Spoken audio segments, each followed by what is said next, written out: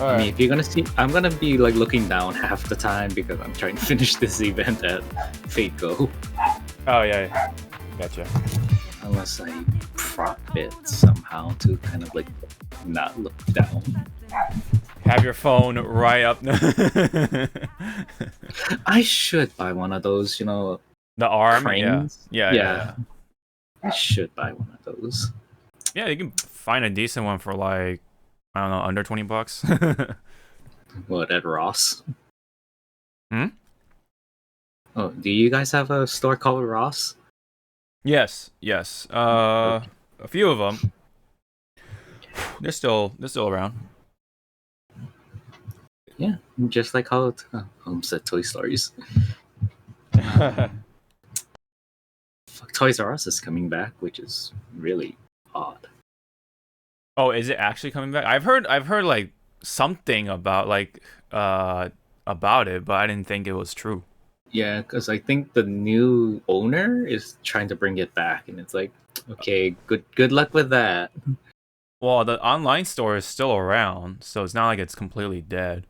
Yeah, but the like actual store, yeah. So They'll again, probably it's like good luck with that. So. Yeah, that'll probably be. I ain't gonna buy shit from you. Yeah, that'll probably be for next year or next year. We'll see. Well, time to invest in Toys R Us stocks. No, I'm kidding.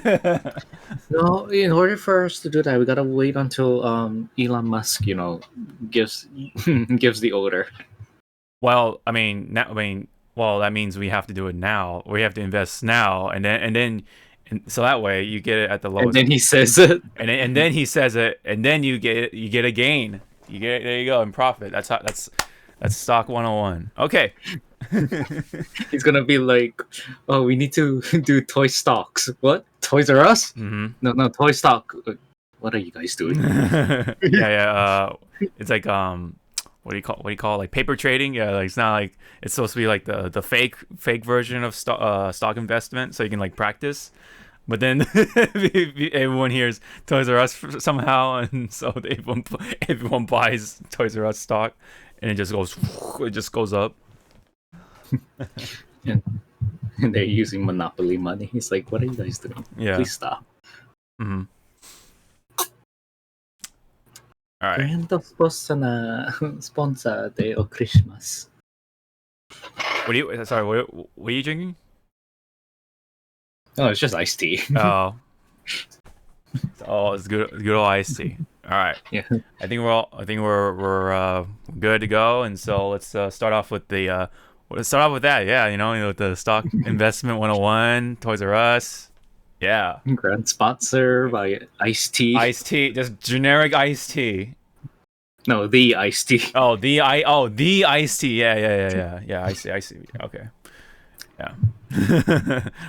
Wouldn't that be a dream to go after, to be sponsored by iced tea for whatever it is? All right.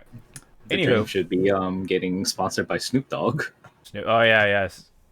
Formerly known as Snoop Lion, formerly known as Snoop Dogg. So he went back to yeah. So basically, he went back to dog. Anyway. Yeah. So we're back for episode 132. It's 131. Why did you change it? No, because it's 132. Damn it. Yeah, because if you look through one more page, yeah, it's 131. So we're on 132 for sure.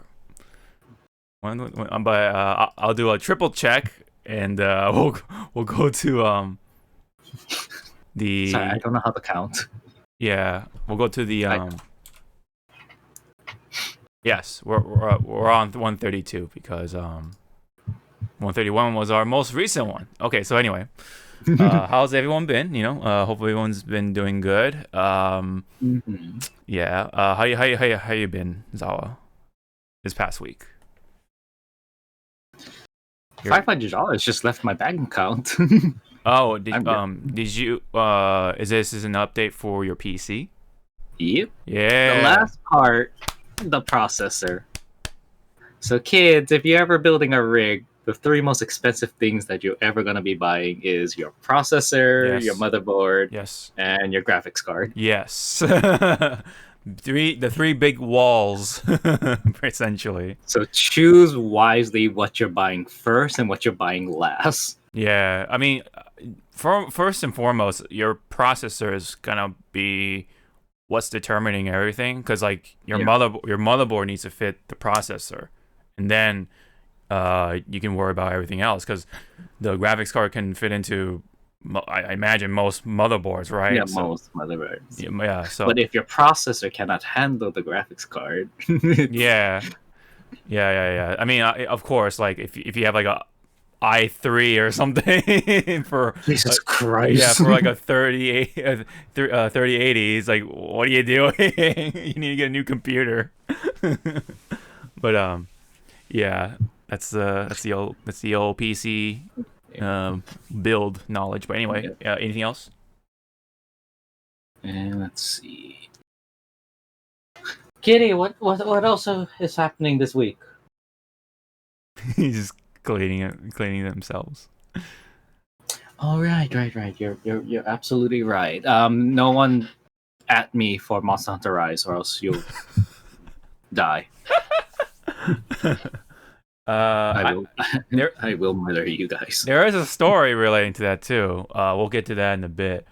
But anything else you want to bring up, or is that pretty much the gist of your week? I might buy another statue that costs 150. Whoa, big boy over here. What statue? It is it's from the Kotobukiya line. Oh. That's all you need to know. Okay. Yeah. And if anyone knows about Kotobukiyas, they are expensive, but good quality. Yes, of course, you get what you pay for. So that is the gist of that. I do want to buy that $500 Play Arts Bahamut that figure, but jeez Louise, but no, because the wings can individually move. So I'm like, ooh, I have this. Yeah, this will break it. Yeah, the enemy. And I don't know where I'm gonna put it. Right, that's always the struggle nowadays. Yeah, it could be on the shelf here. Yeah, putting my TV there.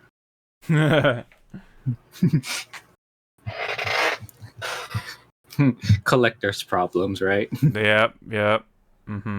Because look at your beautiful collection. I bet you there's more things in the closet waiting to be like shown. Yeah, I mean, the rest of my Amiibos are kind of just like sitting randomly in front of the ones that are actually on the stand. So they're just kind of like just like standing around aimlessly. Literally, they're literally aimlessly standing around. So I need to get one of those stands more, and then I need to like move my plushies to like the corner or something. Well, but I'll get to that eventually. He won't. Yeah, I won't for a while. Let's just say that. Yeah, he won't. Yeah. Yeah, because speaking of Amiibos, they're shipping out the new Amiibos, which is Terry Bogard, Byleth, and I think Banjo was the third one. I think those are coming soon to stores. So, yep. But if that's what you got, I guess we can lead to mine. I got a couple more Pokemon card stuff. It's just a red box from the late trainer box. I show like 2 blue ones. I already opened one of the blue ones for a stream, and then I got another red one. So right now I have one blue, one red trainer box, which is basically Rapid Strike and Single Strike. 2 Shining Fates collection boxes, and then my last booster box just came in before I order any more, but I don't think. I mean, it really depends on what I pull for this booster box. I may do one more, but I think beyond that, I'm gonna save it for the new set that's coming out in June. So I'm gonna save it for that. So yeah, I still have some Pokemon cards for me to open for the streams and such. I'll buy Rapid Strike or Shifu for VMAX, which is apparently $30 on the market. I'll give you 40. If you get the alternate art VMAX Rapid Strike Urshifu, that one is like $125 right now as we speak. That's the most expensive card in the set. It is cool though. The secret? It's it's called an alternate art. So it's basically Urshifu, he's like sitting and he's like doing like this pose almost or something like that.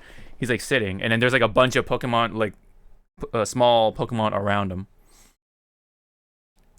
Which is why it kind of brings up the value because there's so much of it. It's like it should be around 125. I'm gonna just open image. I'm gonna put it in Chatcast. This one? Yes, that is the one. That is the alternate art Rapid Strike Urshifu VMAX. 162. There's so much like Pokemon around it. That's why it kind of brings up the value in a way because it's like highly collectible. Kitty, can I borrow your credit card?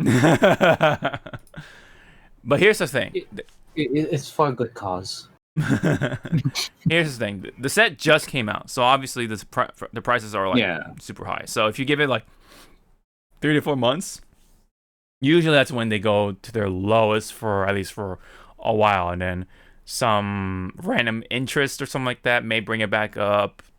Who knows? I mean, it's always pretty random. So it's like the stock market. Like you just never know like what will bring up the value. Like let's say like I don't know, like all of a sudden Elon Musk is like, oh, I love Urshifu. Then it's like boom, like it goes up in demand because some celebrity. Nah, Elon Musk is not Urshifu. He'll be more of Porygon or something. Porygon, yeah. Or the Magnezone or something.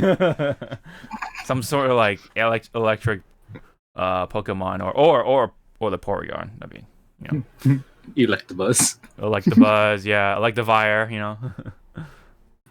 Yeah. Or what are the alien ones?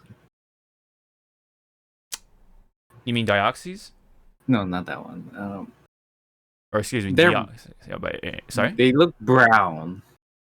Brown.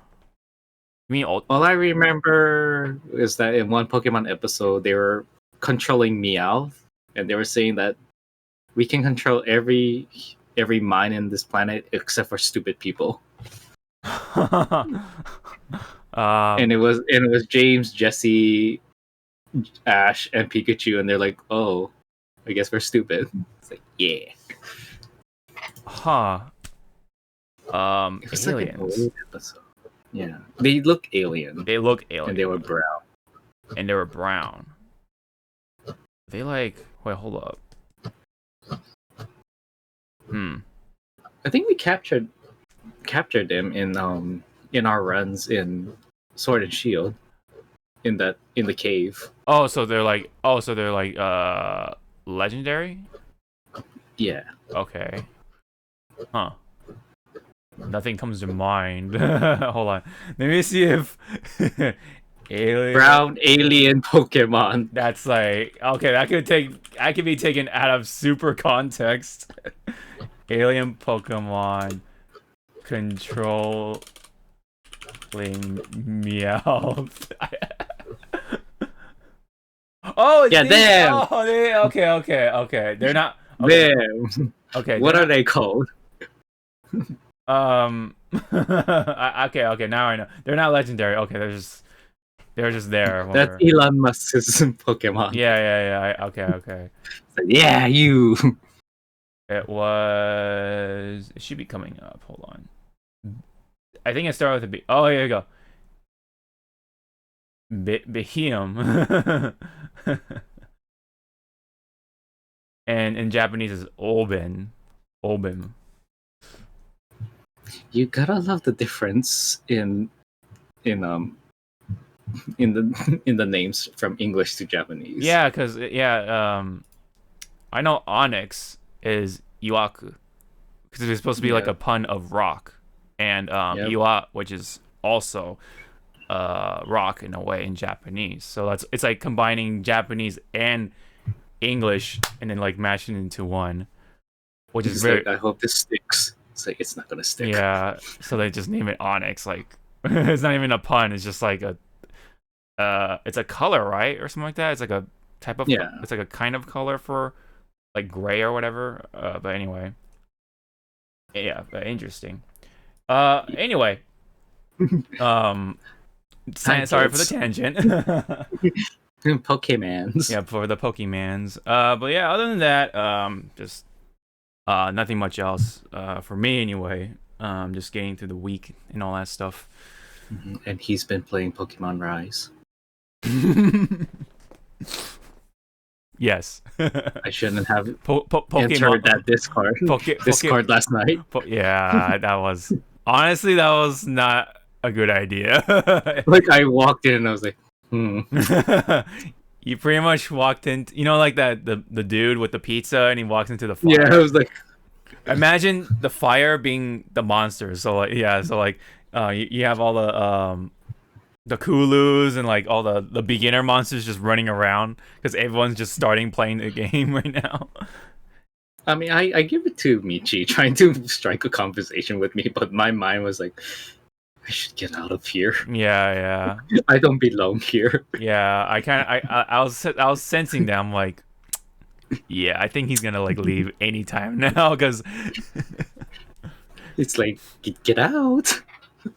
We were kind of like, out. Yeah, we were kind of like joking around. Yeah, we were kind of like joking around. We're like, no, we're playing Apex.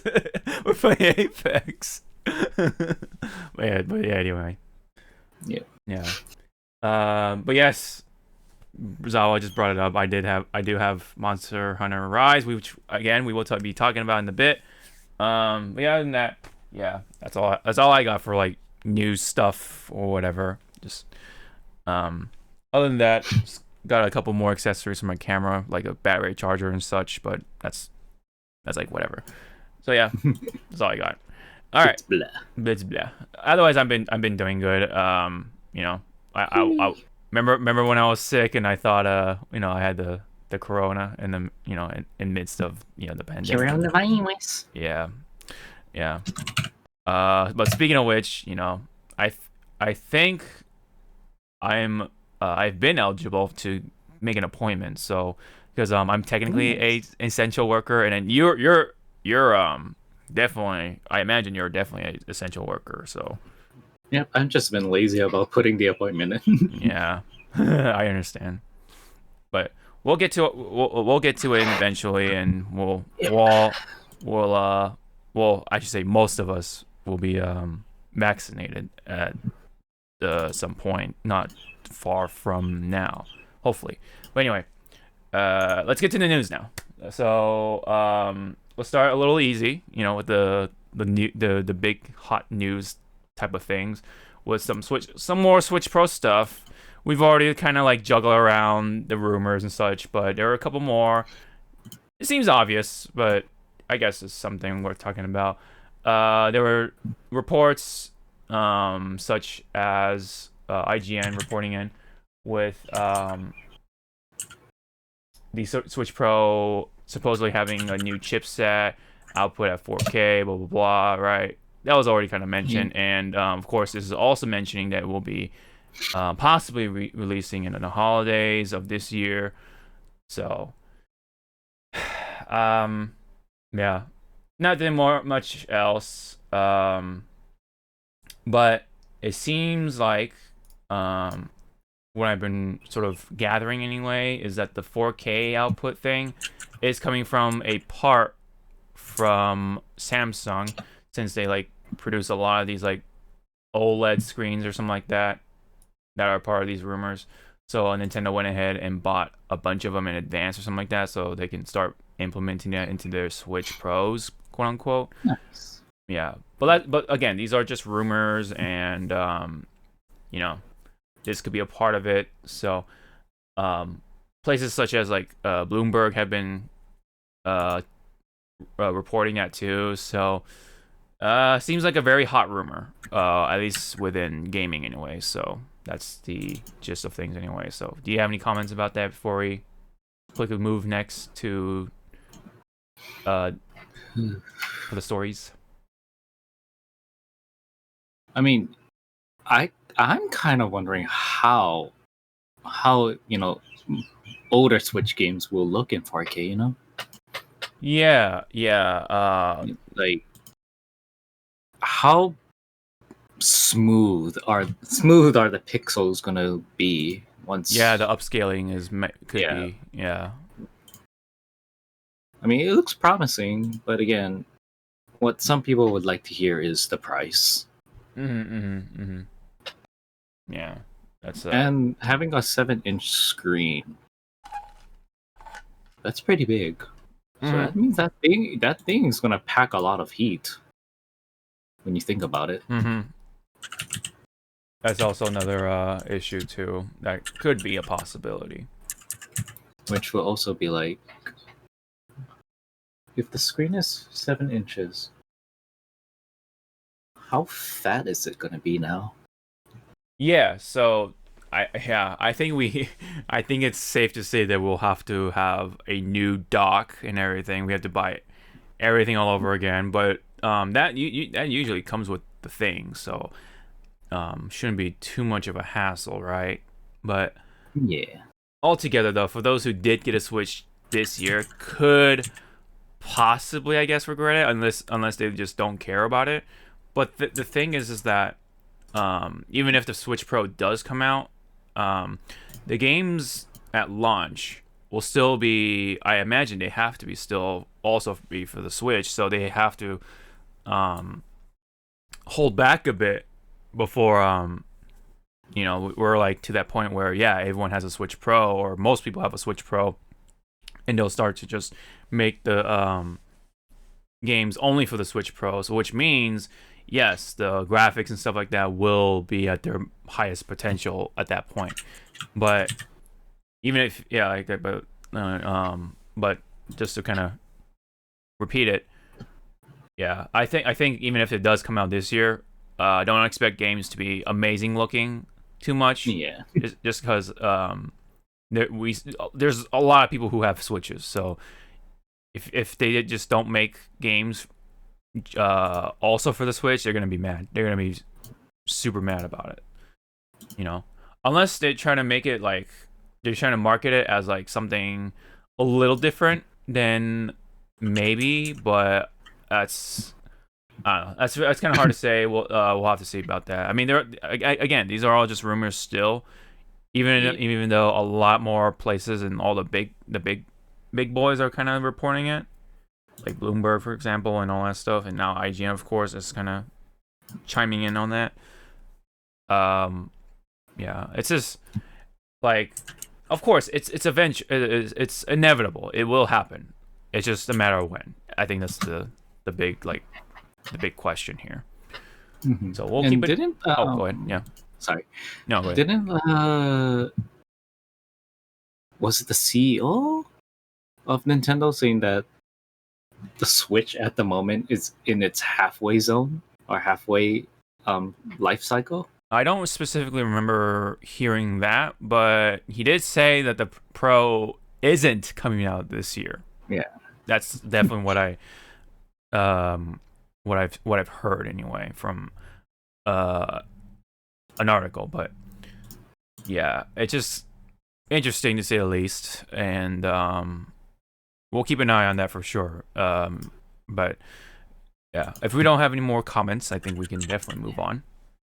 Yep. Yeah. Move along. Yeah. Meanwhile, semi-Nintendo related news. Former president of Nintendo of America, Reggie, feels on me. Previously retired from Nintendo, but joined the board of directors for GameStop. Now he's stepping down again, or now he's stepping down from the board. So he's not going to be part of GameStop / Spin Masters. I think that was like a toy company that he also was a part of too, because GameStop and those companies are kind of in a joint thing, but that's just business talk. Anyway, this will be effective, I think, in June. Not only him, but apparently 5 more directors are leaving the board as well. Yeah. So kind of says something.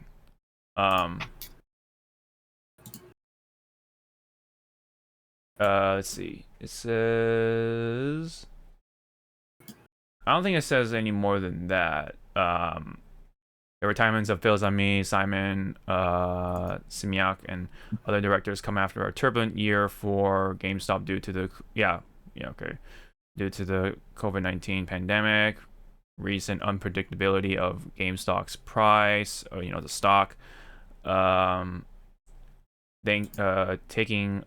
Thanks to Wall Street bets taking zealous interest in the stock earlier this year.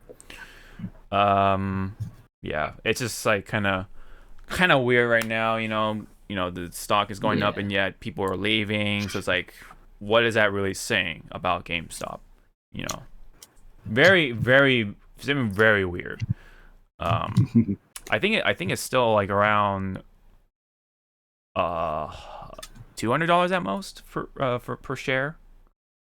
That's pretty high still, especially from like the years before. It was like dirt cheap, Yeah. It was like even around 2019, it was dirt cheap. So, man, if only I've entered the stock market a little earlier. Oh yeah, I guess I have to talk about that a little bit. But yes, I'm a stonk boy. Okay, anyway.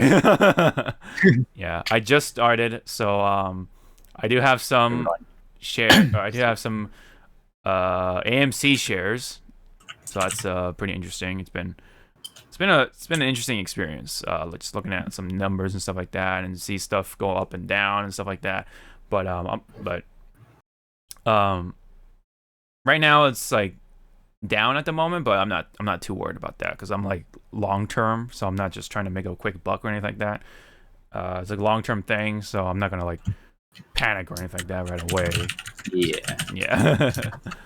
So I do have some dividend stocks. I just started on those.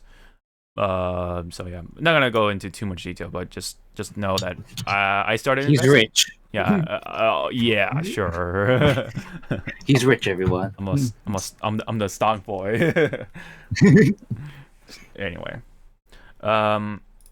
who knows what could be of GameStop? It's been very unpredictable. Like, who would have thought that?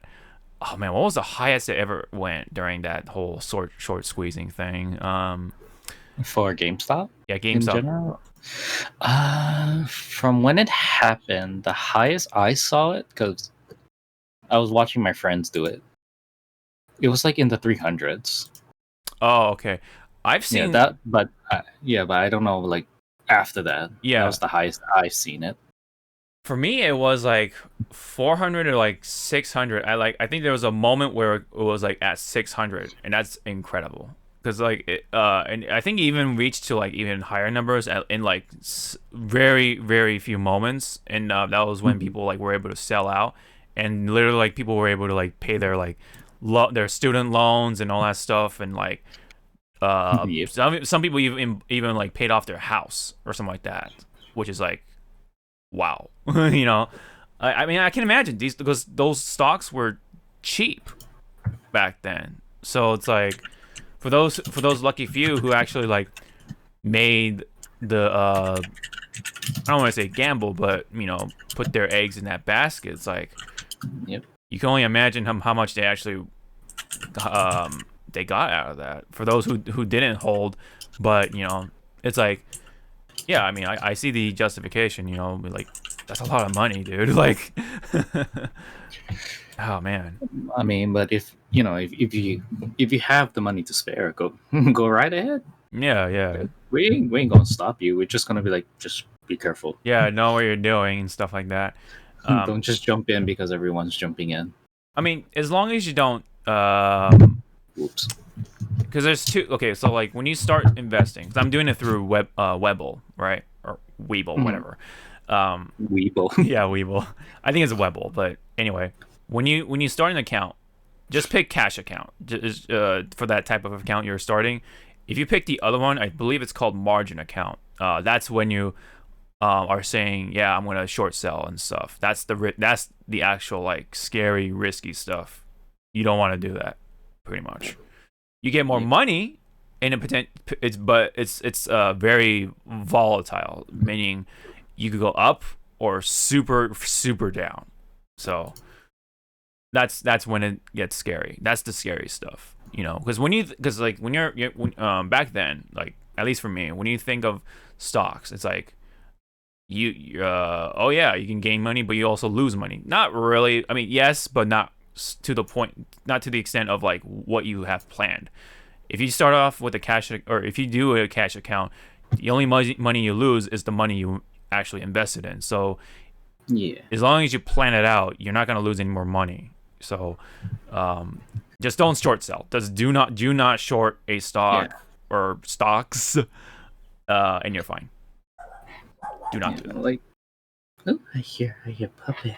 Yeah, she's saying don't short. But anyway. Yeah, it's like I think she's putting her 2 cents. Yeah.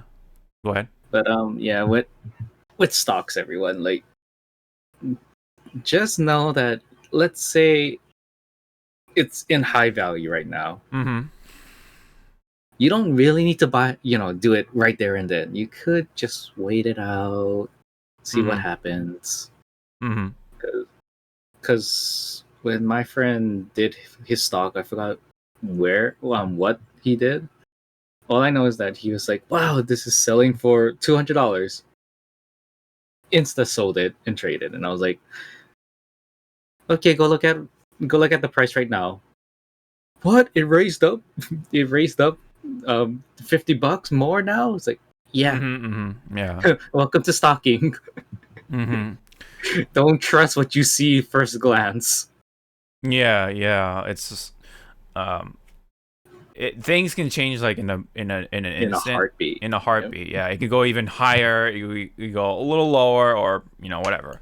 I mean, that's the game anyway. It's just ups and downs and all that stuff, and I mean, just I guess it's like all about instinct too and all that stuff. But yeah, that's just. Again, our little 2 cents on stocks and stuff like that. From a little tangent from Reggie feels on me. No, Reggie is helping us. Yes, I think he's telling us not to go too crazy on GameStop. I don't know. Maybe it could be the opposite sign. I don't know. Invest in GameStop. Yeah, exactly. I mean, you never know. I mean, that's the thing. Like, who actually thought that GameStop was gonna be in this sort of place? You know what I mean? Yeah, like going from dirt cheap to, where it was. Yeah. Yeah. Mm-hmm. That's so. It's so crazy, dude. It's so crazy. And then one more thing before we move on. Back in '97, I like looked into some stock history for Amazon. Back in '97, that's when we were about 6 or 7 years old. So I'll give you a clue of how old we are. But excuse me, I am an 18-year-old stuck in a 45-year-old body. Back around that year, Amazon, right, big company right now, obviously, but back then it was like $13. Now it's like $3,000 per share now, or something like that. 2,000. Let's just say 1,000 at the lowest, 3,000 at the most. Could you imagine, like, if you were in the stock market back then, and then like over the years you just bought a couple of stocks for every year, like throughout your time until around where it's at now. Like, could you imagine of how much like money like you could have like gained from all that stuff? That is crazy, dude. That's such a like crazy thought to think about. You just never know. You just never know where it's gonna be at. Like you just like you could say, the same for GameStop. You never know where it's gonna be at. Like they could come back. They could make a big comeback and turn into a $3,000 per share sort of company. That's the thing. That's the thing about the stock market and stuff. Like admittedly, that's the stuff that kind of interests me. Which I didn't realize before, but now it does. But yeah. Anyway. Let's we can move on. Yeah. If you don't have any more comments from that. Nope. Okay. All right. I guess just for not for the stock, but back to Reggie. Yes, Reggie. Yes. Back to Reggie. What are you doing? I hope his game plan. I mean, he's Reggie. I mean, he'll be fine. But like, watch, he's gonna go into Disney, into the Marvel board. That'd be kind of cool. I mean, that'd be interesting. What if he goes to like another like? What if he goes to AMC and then by coincidence, quote unquote, Jesus Christ, the stock will just shoot up again? It's like what? Oh my gosh, dude, that'd be so funny. Like honestly, like if I see, here's my goal. If I see maybe somewhere around like $600, I'm gonna sell out. I'm gonna sell those stocks. You gonna pull out? Yeah, I'm gonna pull out. I'm putting the cap on it. I'm selling, and that's it. Because yeah, I'm like that's like enough for me, dude.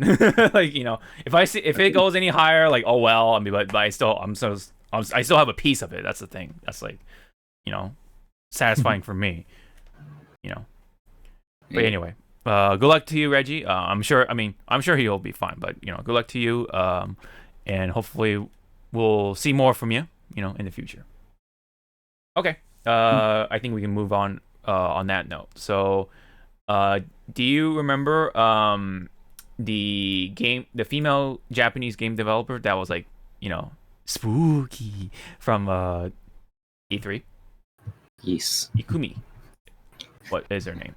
And she previously worked on I think it was called Ghostwire Tokyo. Yeah, Ghostwire, which is supposed to be coming this year, I believe. Yeah, but it's been very quiet about it. So yeah. So it's a rumor. Yeah, rumor. Spooky. Spooky rumor. Although kind of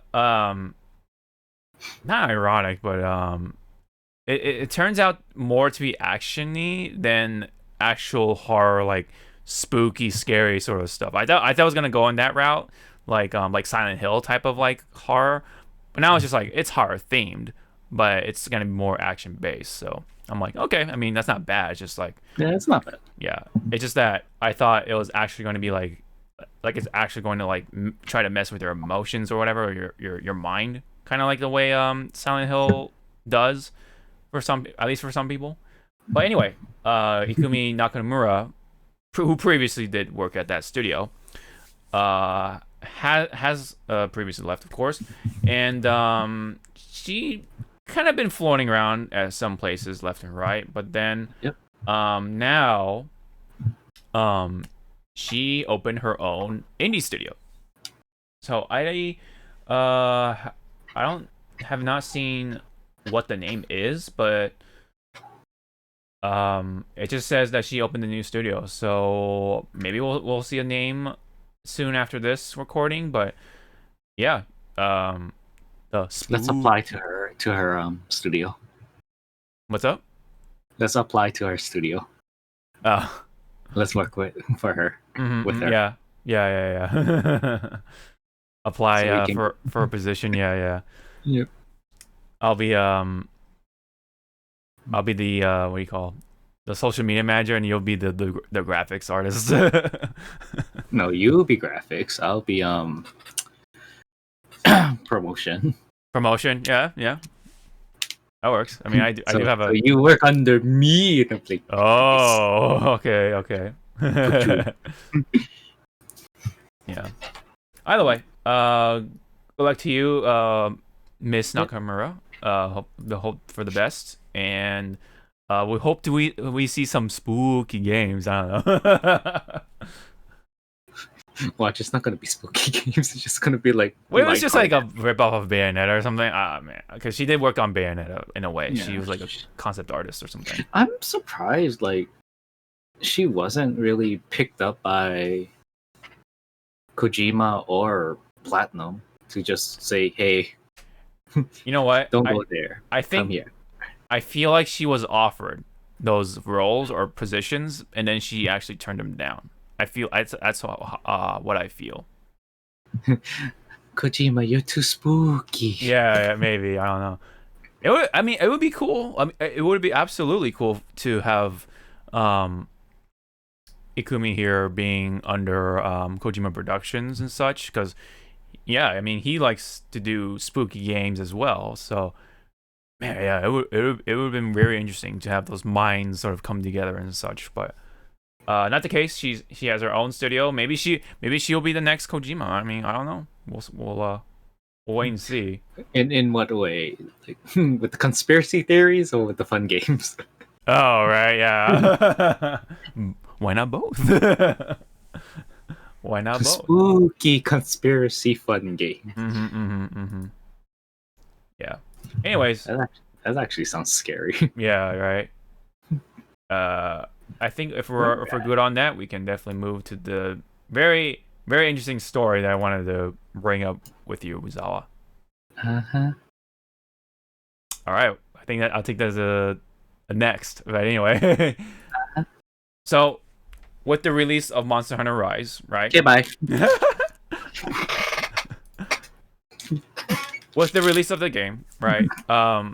There was a company in Japan that so many people took off the day for the release day of Monster Hunter Rise that I guess the boss of that company was just like, "Hey, fuck it, let's all take off the day." And then so they pretty much made a holiday essentially for this day. So everyone took the day off. I think that's pretty cool.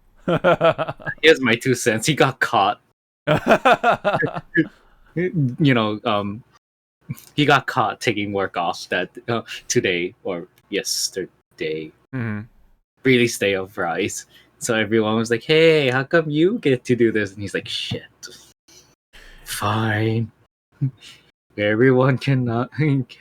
Everyone don't need to work on Friday."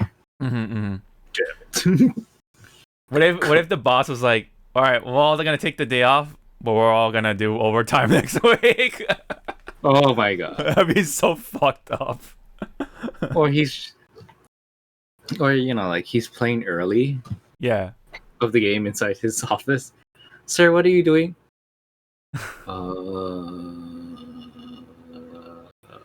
Watching porn.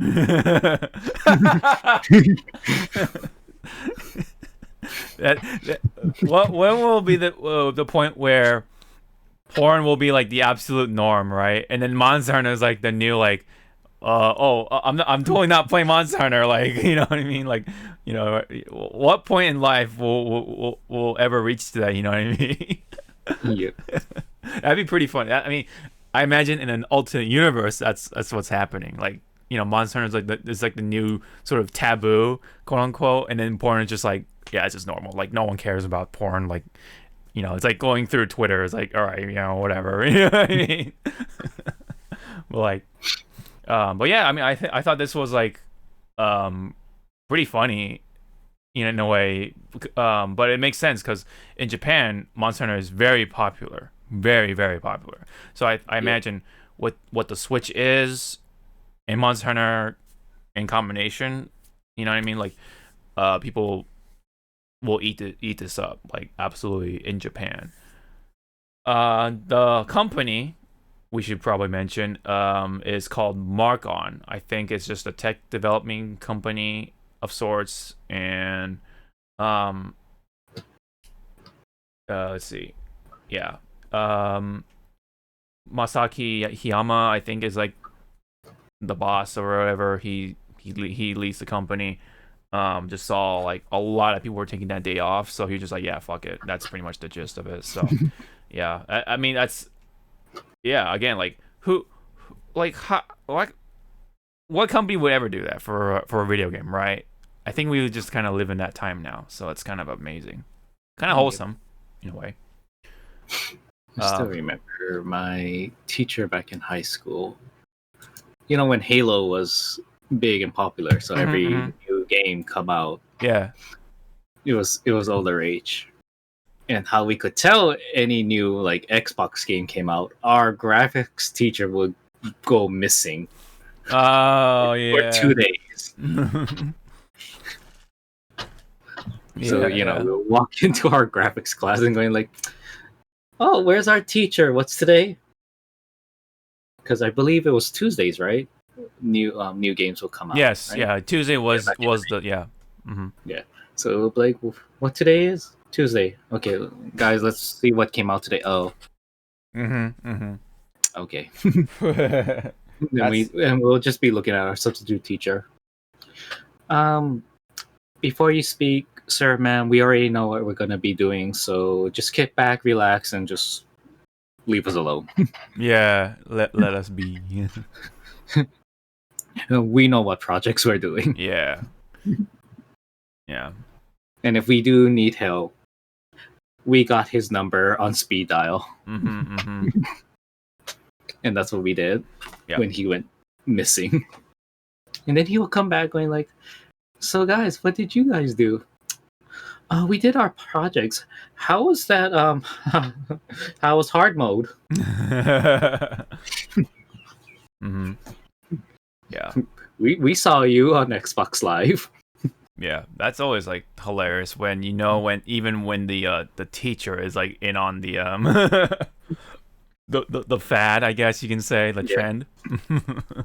Like even he's like into like Halo or whatever it is at the time, Call of Duty. You know what I mean? That was another big game back then too. Yeah. I guess the idiot also brought his 360 at school. Oh my god. Because I forgot what game he was playing, but he really wanted to finish the game. So he's like, we just see, like a small TV set next to his desk. And he's like, "You guys know what to do. Leave me alone. If you hear me screaming in excitement, it's just this game." I feel like doing work. I feel like you could teach that. You could teach something about that in a very certain class, which is like in a very certain. Yeah, like let's say like on Friday or something, you just it's just a day dedicated to the professor or teacher just like playing a random game, and the student just like watch them play or something, and then like, you know what I mean, like in like the excitement or whatever, or like the laughs they like do, it's like that's all part of his teaching or something like that. I think that'd be pretty cool, Well, since you said that, I have to find that article because I saw it on Facebook.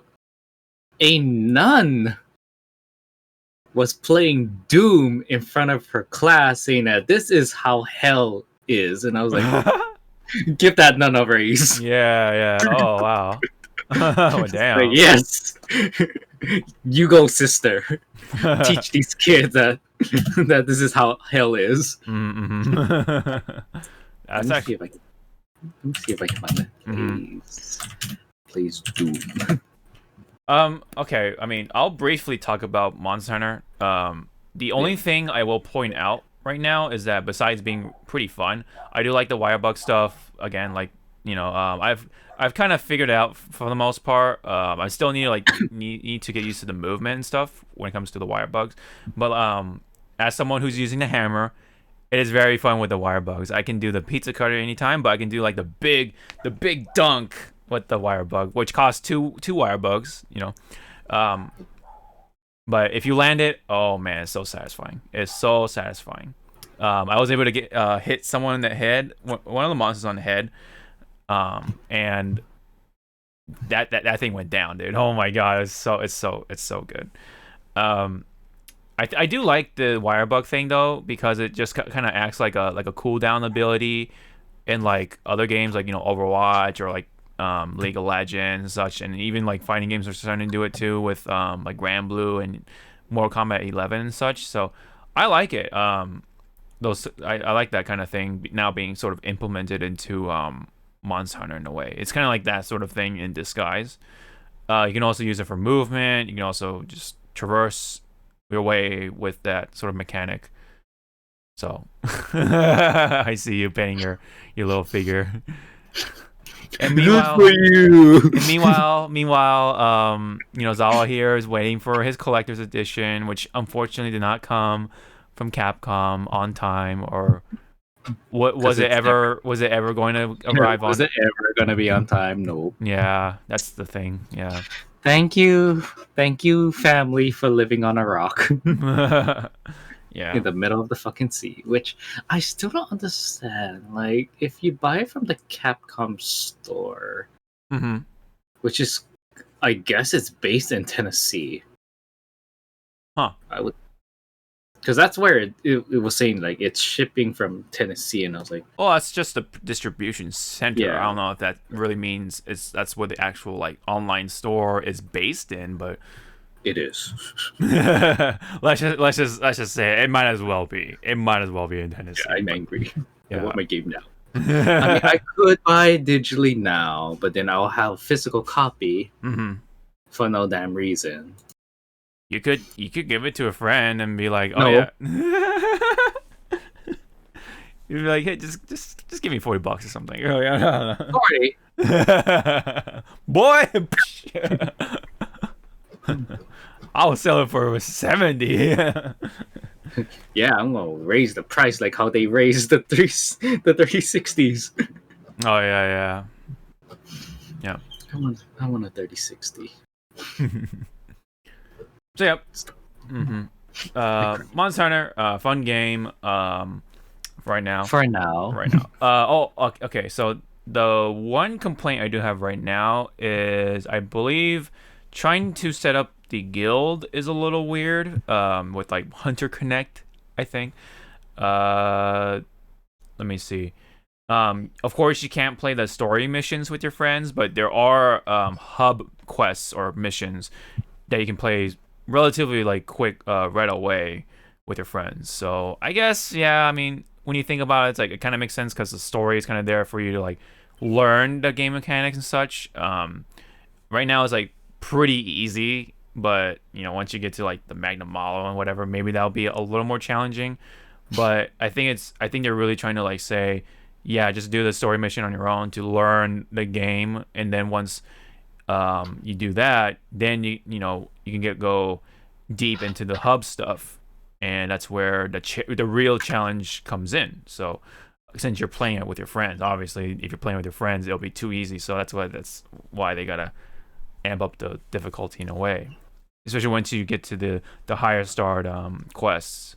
So for those who are new to Monster Hunter and just got Rise, don't farm the monsters, the early monsters too much, because I have a feeling there's gonna be like the high rank version, right? So that's kind of how it was with World. So I learned that lesson in there, but try not to farm too much. Just get like the armor pieces that have good abilities or whatever, stats and such, and then roll out from there, and then focus on trying to get through the story missions and such. So yeah, that's the thing. And again, there's a high rank version of all those monsters that you'll be facing, so save up for those. Save up all the grinding time for those. So yeah. So anyways, that's all from the Monster Hunter Day for that Japanese company. So I thought that was a pretty cool story. Okay, let's go through this one relatively quick, but this is kind of an interesting thing involving with the PS4. Apparently, you can't play games anymore on your PS4 if the internal clock battery dies out. Huh. Yeah. That's a bit of a weird thing. I mean, yeah.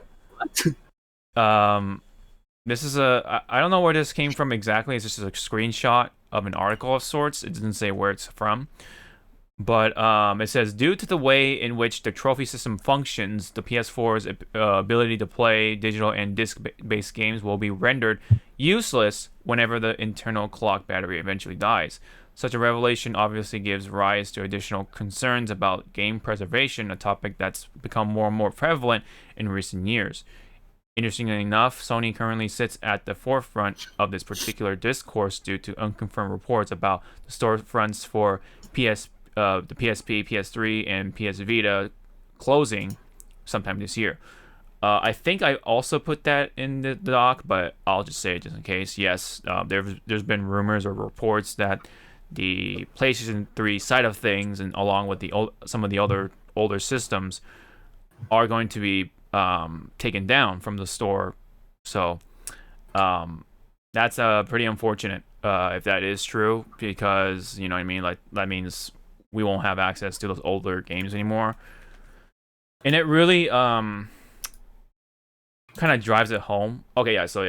So I do have it. Okay, so right here it says it's going to be permanently closed within a few months. Those are it's supposedly, but it seems like it's going to be true from what I've been hearing. So yeah, it really drives home of the point where having physical copies is kind of important, you know, because the digital store and such won't grant you access to the games eventually. Because like, let's say if you want to re-download or something or whatever, I think whenever that shuts down, you can't re-download it or something if you need to re-download it. So that kind of sucks. Of course, correct me if I'm wrong, but I think that's how it works. So either don't delete your digital games, or you know, like get physical copies is essentially it. And I do understand people do delete their digital games just to make room for new ones and such. And they try to like cycle whenever they think they want to go back to that game again to play it. Well, you definitely can't. I don't think you won't be able to do that with PS3 and the Vita and the PSP and such. So, also there's been reports though, however, that those games, those PS3 games and all that stuff, are coming to the PS5 for like backwards compatibility stuff, and it'll be part of like the PlayStation Now stuff. So maybe that's why it all makes sense if it is true. So they're taking out the old stuff in the store, and then they're just gonna slap it all onto PlayStation Now, is what supposedly is happening. So, any thoughts about that? What took them so long? Like, that's my honest opinion. Like, what took them so long to slowly close the doors on the Vita, PS3, right? Much because to be quite frankly, my PS3 has not seen the light of day since I bought my PS4. Same. And then now that's happening to my PS4. It's not going to see the light of day anymore, unless there's a game I really want to play. I think some fighting games are still in there, so if ever the guys want to fire it up for some reason, then I'll have to blow the dust off for that one. But yeah, right. But I think for the most part, those fighting games that can be played on the PlayStation 5, so it's like, you know, it kind of sort of is pointless in a way. But for me to have a PS4 for those reasons, I mean, obviously to preserve the games, certain games that I have, but for right now, but yeah, like, but eventually, you know, like you're kind of saying, like the PS4, my PS4 Pro is going to be like, not going to be seeing the light of day, you know, soon, or it already isn't, you know what I mean? So, but yeah, I don't know. I mean, I kind of see it both ways. Like, yeah, it sucks that you can't just go back to the PS3 and such that easily now. And, you know, digital games does still have those sort of problems where someday they will all disappear, you know what I mean? Like, from the store.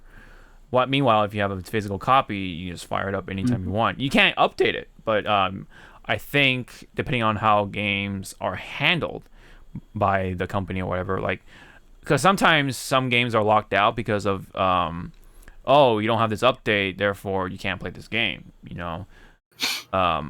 If they like do like a hot fix or something for like people who don't have or who can't update their games anymore, or just are able to play it through the hot fix or something like that, then yeah, I mean, there's a lot of like delicacies and such in those sort of situations, so I'm not gonna like go into all those like too much.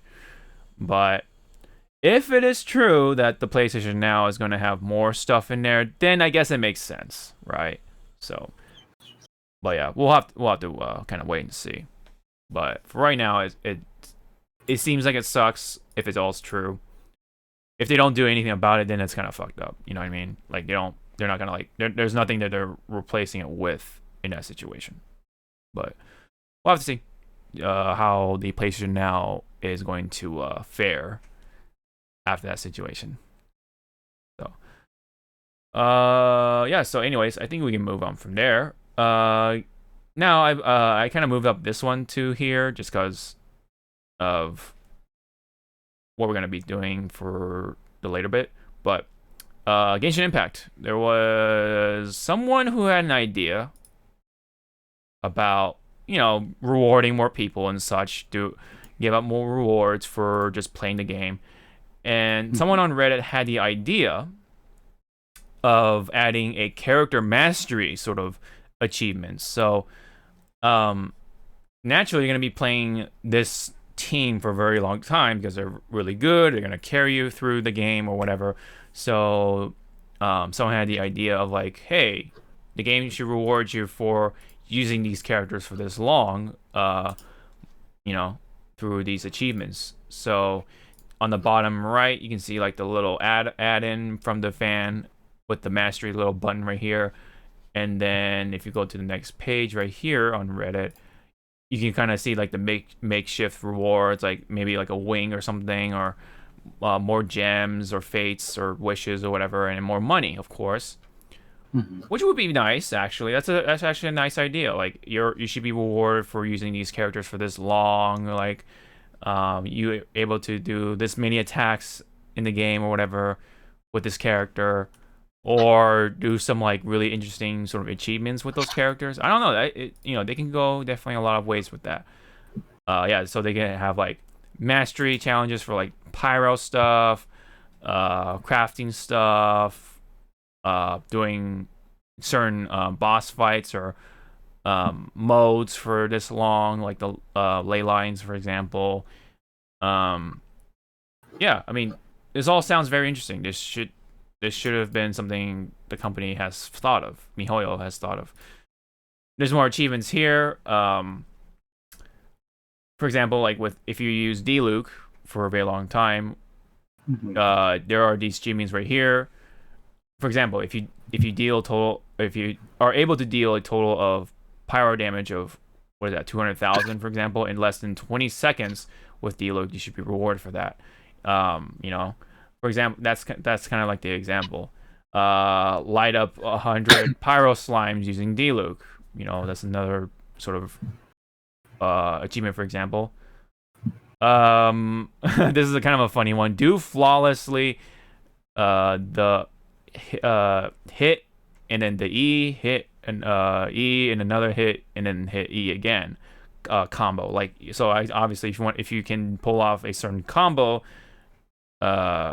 with this character, you should be rewarded for that. I think that'd be a pretty fun achievement too. All these things are kind of interesting ideas that it seems like MiHoYo has not even considered. But yeah, it's all interesting ideas. I mean, it really kind of shows of how barren it seems like for Genshin Impact right now, even if all those like updates kind of have been rolling out for over time. Because a lot of it has been just like mini games and all that stuff, and just games that have been done before. Like, oh yeah, there's like the Fall Guys mode, there's a rhythm game mode, there's a dating sim mode. Essentially, that's what it is. It's just all stuff that's been done before, instead of like actually adding stuff to their actual game, like the gameplay side of things. These achievements right here, more bosses.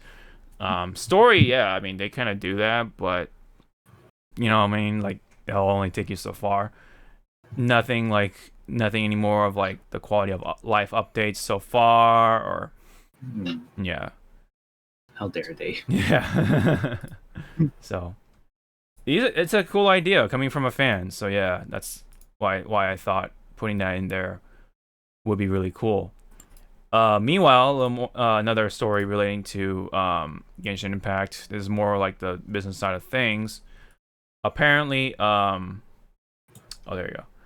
Apparently, there were some numbers that someone came up with. I don't know if this is like official or anything like that, but according to one source, I forget what it was, or I'm not sure where it's from. I guess someone pulled these numbers from the App Store and Google Play stores. But there's numbers for each banner, starting from Zhongli all the way to Hu Tao. So I guess I'll read it left to right. So the Zhongli banner sold $15.5 million in December. And then the Albedo banner sold for $9.1 million total. That was like more towards December, the end of December. And then during January, the Ganyu banner took in $14.8 million, which is quite a bit. And that was during January again. Xiao actually surprisingly took a little more money than Ganyu, at least to me anyway, because I didn't roll for Xiao. Yeah, took in $15.1 million during February, and then in March took which had Hu Tao went for $12.9 million, which is kind of a little more middle of the road. And then it looks like Albedo took the lowest, quote unquote, but it's still like a lot of money, like almost $10 million. So yeah, it really shows of how much people are willing to put that much money down for the game in total. So it really kind of shows like that these characters, people do hunt for these characters because the game is like kind of barren at the moment, and these characters are the only thing that add to the gameplay. You know what I mean? But it can only do so much because otherwise you're still playing the same boss fights. You're still playing the same sort of Spiral Abyss, excuse me. And then, meanwhile, the updates that do come out are just mini games that don't really make these characters any more relevant.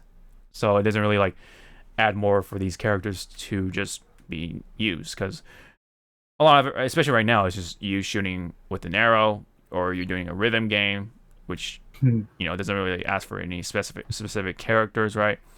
I mean, obviously they don't want to like lock away certain characters away from certain games, right? But at the same time, it doesn't like make these characters shine anymore in these games or in these mini games. So it's like, I mean, I guess with Ganyu you can maybe do like the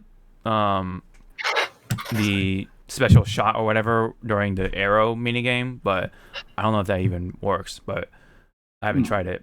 But anyway, it kind of just still points to the fact that MiHoYo hasn't really done anything else with the game right now, and this is why a lot of people are kind of like are on this like weird sort of crossroad, excuse me, of whether to continue with the game or not. So a little concerning for me as someone who does really like the game, because I really do like how they like do the pity system. Like they you'll eventually get a 5-star character no matter what, and your pity carries over to each banner. So I think that's a really cool system. I think honestly that should be more of a thing with other gacha games, especially with like Fate Grand Order, as you brought it up earlier. They ain't gonna give you damn pity. All right, like they don't even. Like, oh, you want this banner character? Nah, we won't give you a lot of CEs. That's what you want, right? CEs. Like, yeah. Speaking of which, I actually burned my tickets for Kama, and I just didn't get shit. Like I pretty much burned 40, just about 40 summon tickets, and I got nothing, pretty much. And Fate Grand Order thanks you for your salt. That's pretty much it was. I even burned some of my gems for it, the quartz or whatever. I did 2 10 summons after that, and I still didn't get Kama at all. It's like, ugh, man. Well, as I said before the podcast started, I'm waiting. I think she comes next week. Caster of the Nightless City. Finally gonna get my Arabian girl. Are you awake now? Oh no, you're just moving to the floor where you belong. Okay, so that's the thing on Genshin Impact. Random game news. For something a little different, we haven't talked about this in a while, which is something relatively Yakuza related. But it's a weird spin-off, which is Judgment. Previously, it does take place in the same exact universe, which is Kamurocho and all that stuff, you name it. They're working on a sequel supposedly for Judgment, which it's a game I did like. Very action based. The main character is very much more like agile. Does a lot of like spin kicks and all that stuff. Really shows you what kind of fighter he is. You can switch out. You know what's funny? He does have rapid strike and single strike in a way, like more power oriented style, or like a more rapid multiple hit sort of style too. So I think that's kind of funny too. And they're both red and blue. Like that's really a funny. It's like how on the nose are you guys making this? Right. Exactly. So with this sequel here, supposedly for Judgment, working titles for the game have been Lost Judgment and also Judgment Sees the Truth. That's some of the prototypes for the names. Yagami and Kaito will return, of course. I think the big one here is that supposedly the game will feel darker. So, as someone who did play the game, it was like in the middle. Like there was a lot of like humorous, lighthearted moments, but there's just more of that sort of emotionally driven stuff for like you were seeing the Yakuza violence, right? Very violent scenes in a way, or graphic scenes I should say. Very like impact, full of impact. Genshin Impact? Yeah. So this being darker is like, okay, wow, like damn. I thought the other stuff was already pretty dark in the first Judgment game, so it's like they're gonna take that route. Okay, I'll definitely. Okay. I want to see a trailer for it. I want to see where this is going. So, all right. Anyway, let's get a move on here. Kizuna Ai, who is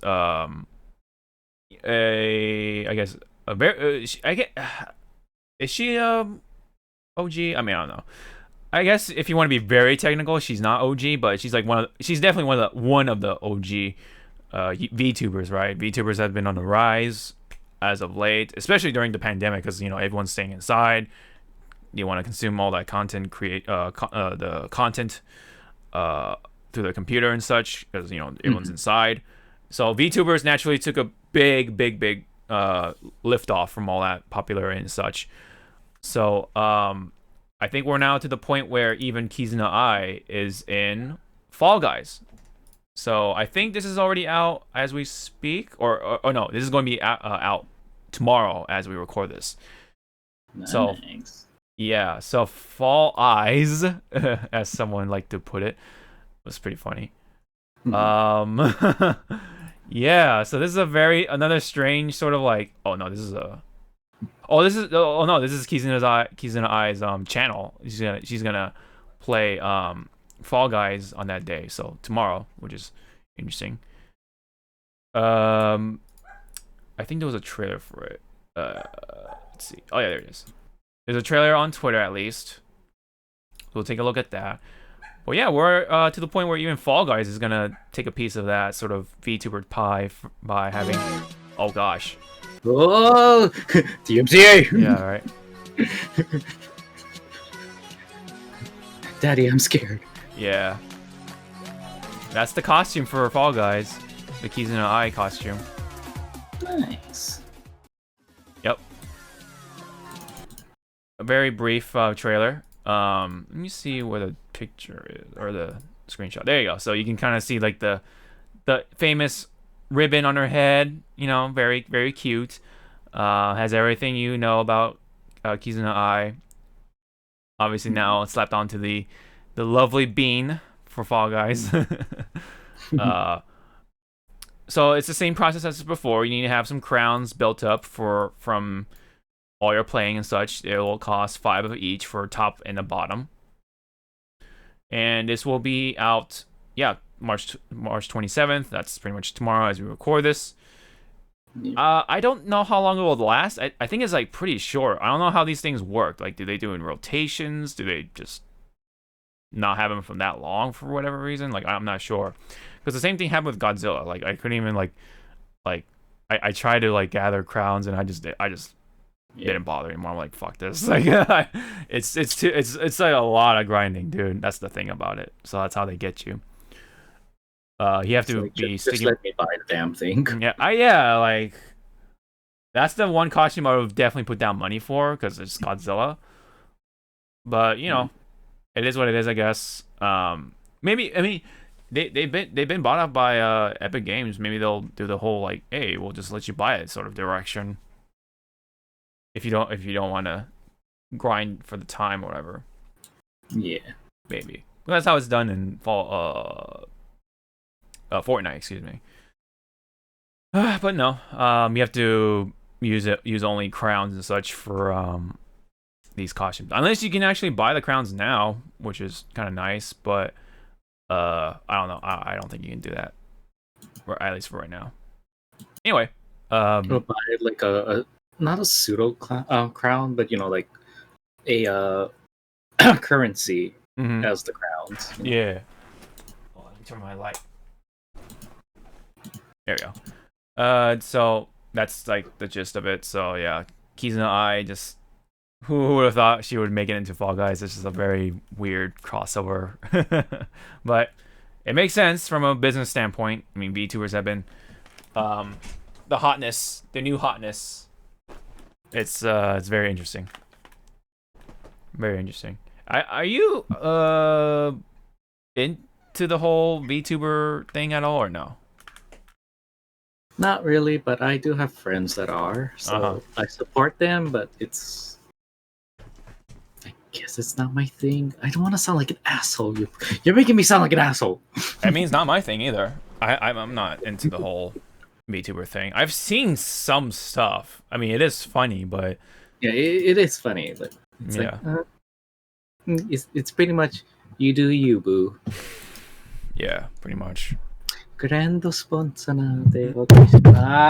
Kiriwai. Did you spill something, or did you? No, she knocked over something. She's like, "I'm gonna touch this." It's like, please don't. That's the beauty of having cats. Okay. Or pets in general. Yeah, and pets in general. I mean, dude, cats just don't give a fuck. They'll like hop onto anything and they'll. You leave them alone. Oh man. You know what's what Nintendo is not leaving alone? Mobile games, because Pikmin seems like is the next victim of mobile games. So they're having Niantic Labs, which is the developer for Pokemon Go, are now supposedly working on Pikmin, and it's coming out later this year. Pikmin. Yep, and they even have the pre-register here, which I will do. No. Yeah, they have the page and everything. A new app from Niantic and Nintendo, and it has Pikmin on there. So for those Pikmin fans, yeah, it's kind of You do you. Pikmin Go instead of Pikmin 4. Oh man, that's I mean, that's kind of sus. Yeah, I hope. I mean, I do hope it's just a spin-off, as someone just said. But it's weird because I thought Nintendo said they were done with making mobile games. That's weird. I could have sworn they said something about that, and they'll just continue to support the mobile games that they've already made. But now they're making a new one. It's like, they just lied out of their butt, maybe, I guess. I don't know. They said hee hee ha ha. I can't believe they believed us. Yeah, maybe, right? Did you have any more comments? I'm just going like, wow. Like, you're just sitting there going like, wow. Okay. All right. This is just another mobile game coming to the market, and it's from Nintendo, so you'll know where that's going. Anyway, you'll probably have to like spend currency to like make more Pikmin or something. Roll for more Pikmin. You'll have a summer version Pikmin. So give them ideas. Summer Oliver. Oh man, you want to see Oliver in a swim trunks or maybe a speedo? Or what is that Japanese underwear company? Oh, Fundoshi. Edge. Oh, Fundoshi. I mean, if you if you can wear one, be my guest. What did you say that you were thinking of? It's a Japanese underwear company. Edge. Oh, Edge. Oh, I see. I think you were like talking about like the traditional like yeah. I mean, Fudoshi, yeah, go if you can wear it, go right ahead. Yeah. I want to try it, but I might be like, yeah, no. This will be only worn behind closed doors. Yeah. Because doesn't it get uncomfortable after a while? Yeah, I mean, yeah, it's an old-fashioned underwear, so yeah, it's gonna be uncomfortable at some point. You don't have the new high-tech underwear like Edge, Like a thong. the Like thong. what? Yeah. Anyway, Anyway, before we give them any more ideas, let's move on to some fighting game news. We still have some fighting game stuff to talk about, definitely. no. So, previously we talked about the new Polish Prime Minister character for Tekken 7. She finally came out with the trailer, so I'm just gonna play it here. But turns out that she is a traditional karate user, which is very interesting, I guess, in that sense. Very traditional. Like she's actually like taking a lot of references from karate, like from your karate masters and such.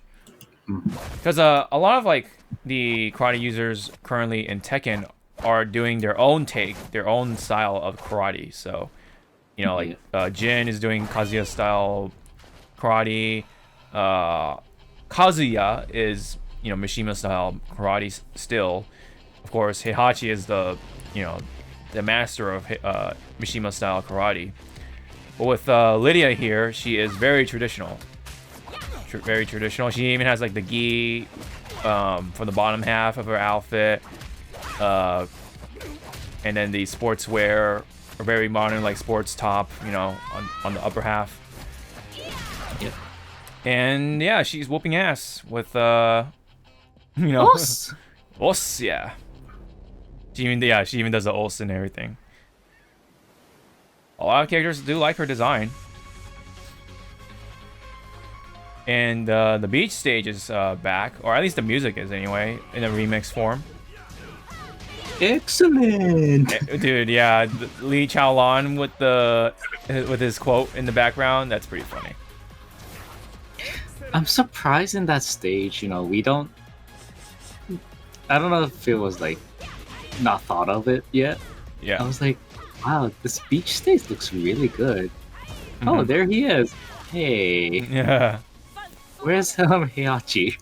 Oh yeah. Yeah, I remember that outfit that he had to wear because he lost in that one story. Yeah. And yeah, she got like silver blondish hair, so a lot of like people are into that. And I mean, I do like her design. It's very simple for what it is, but it's still pretty good. I actually thought she had a cybernetic arm for a second, like in the very first shot of her arm, because it was like it was still like silhouetted and it had like some stuff like around her arm. So I thought it looked like it was like a robot arm. That would be kind of cool, like a karate master with a robot arm and such. That would have been kind of neat. I forget if anyone does have a robot arm in Tekken though. I mean, besides Brian Fury, like I feel like someone does, but anyway. And yeah, she speaks the authentic Polish language, which is nice. They've been having characters speaking their language, which is really neat. Well, except for what's her name, Josie. Yeah, that's the only exception. Yeah, she's supposed to be Filipino, and I'm like, oh, cool. Speaks Does English. not speak an ounce of Filipino. I was like, oh. They probably couldn't get a Filipino actor at the time. I don't know. Actress, yeah, probably. Actress. But actor, I was like, oh. Like my sadness just went like, oh. Yeah. That's like yeah. Even like Lily, who used to speak English, speaks French now. I think. Yeah. Yeah, which took her a while. Yeah. Yeah. See, that's I don't know. I'm gonna be honest. Like, I don't know how I feel about that because like I'm like, that Tekken fan or player who was used to Lily's English voice. Like that's how I knew her. So to me, like I prefer her English voice. I do miss it. It's like that was Lily to me. But now it's like with French, it kind of, for me anyway, takes away sort of that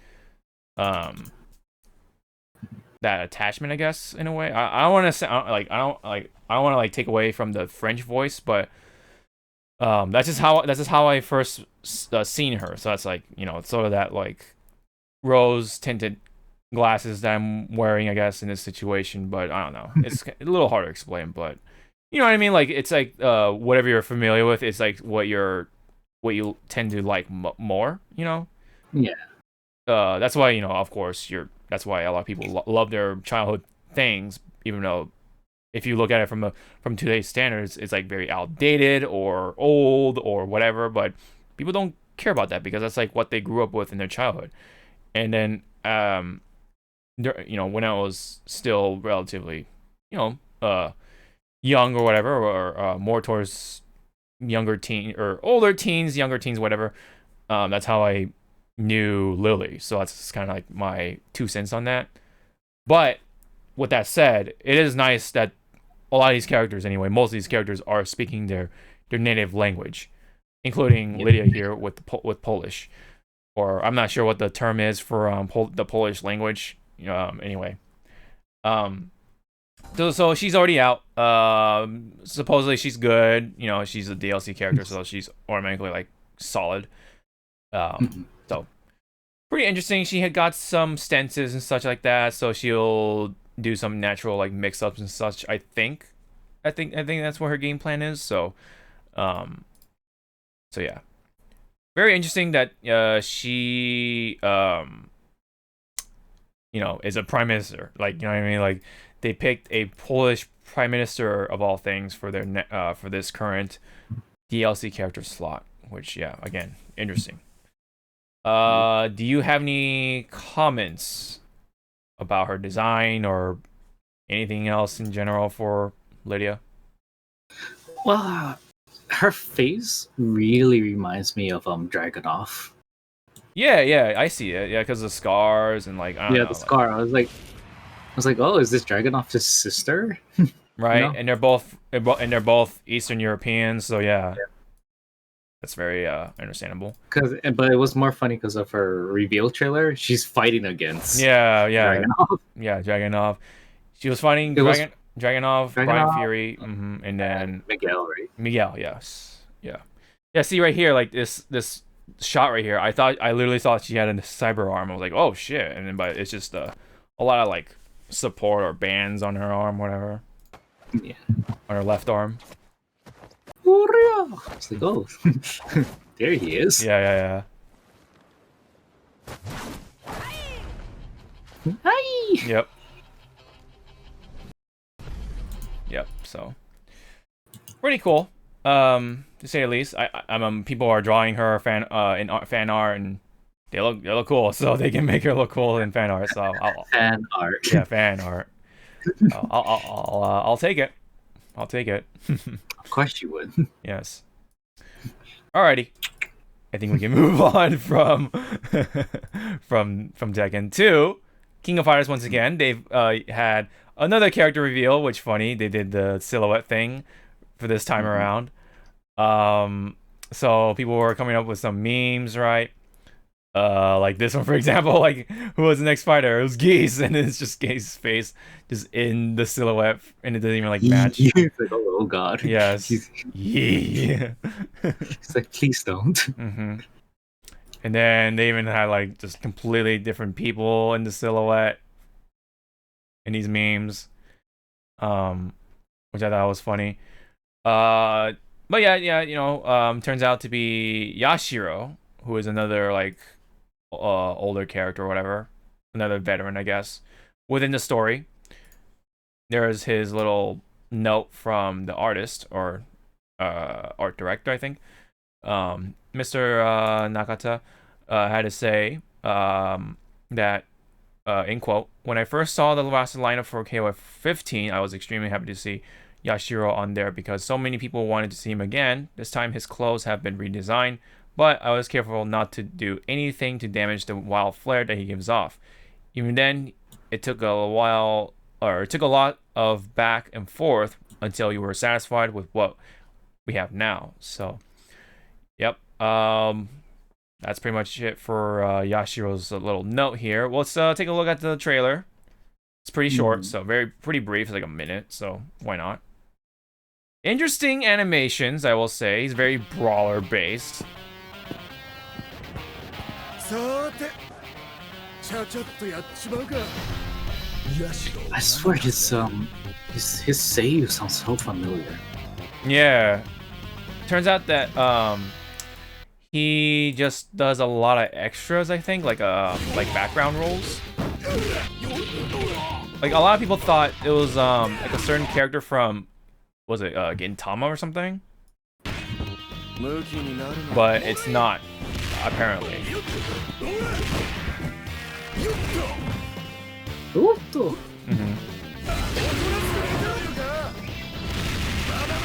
Now where's that meme shot? If you know. Yeah, it's coming up. It's coming up. I know what you're talking about.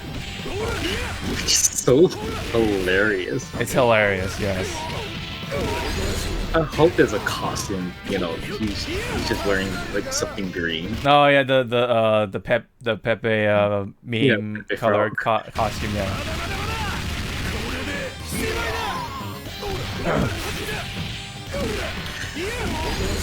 So his combo streams almost looks pretty easy. Right there! Yeah, right there. There's the shot. There's the money shot. And then, oops. Let me see. Yeah. Yeah, there's the shot right there. So the meme I saw was him, then Pepe was in the back, and then Was it Vegeta? Marge. Oh, okay. Marge from The Simpsons. Oh, yeah. I was like, okay. He's channeling all of their essence for this one punch. Yeah, this is a highly sort of memed screenshot right here right now as of for the KOF community. Oh, and remember how I was complaining about they've been using the beach stage for so much of their damn videos? Yeah. We're not in the beach anymore. Thank Yep. God. This is all from, or yeah, I think this is all in the construction site or whatever. So yeah. See, kids, yeah. Listen for the day. If you bitch hard enough, things will change. If you bitch for the beach, if you beach hard enough, so if you beach hard enough, yes, you won't get the beach. As you see.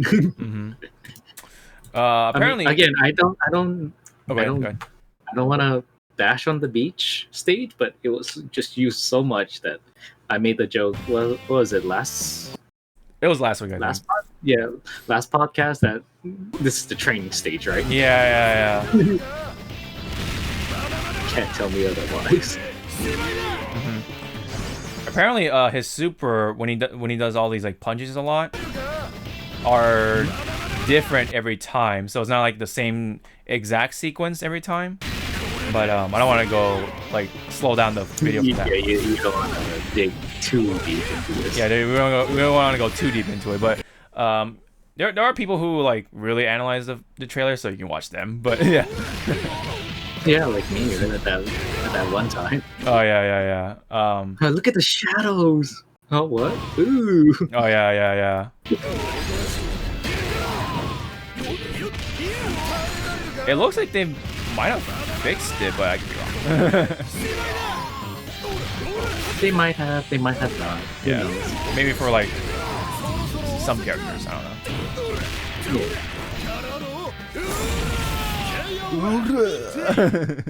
KOF. Yep. So is he saying shatter all expectations at the end?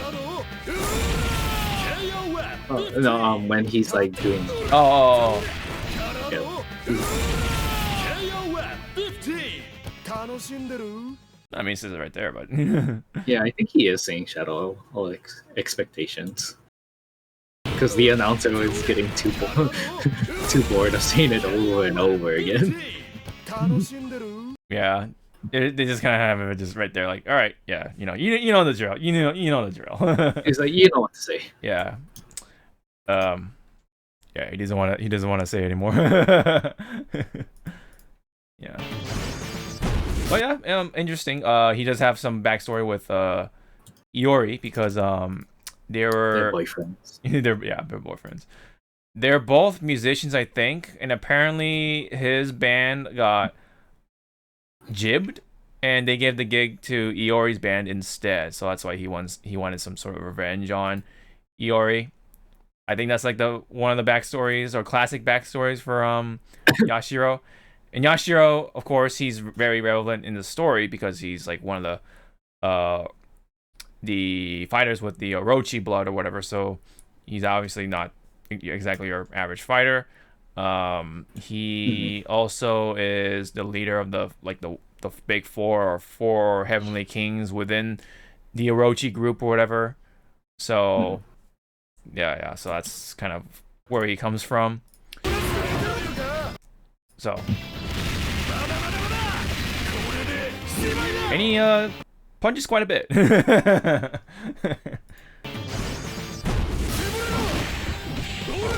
a very interesting punch. I bet this was how the animators approached their bosses.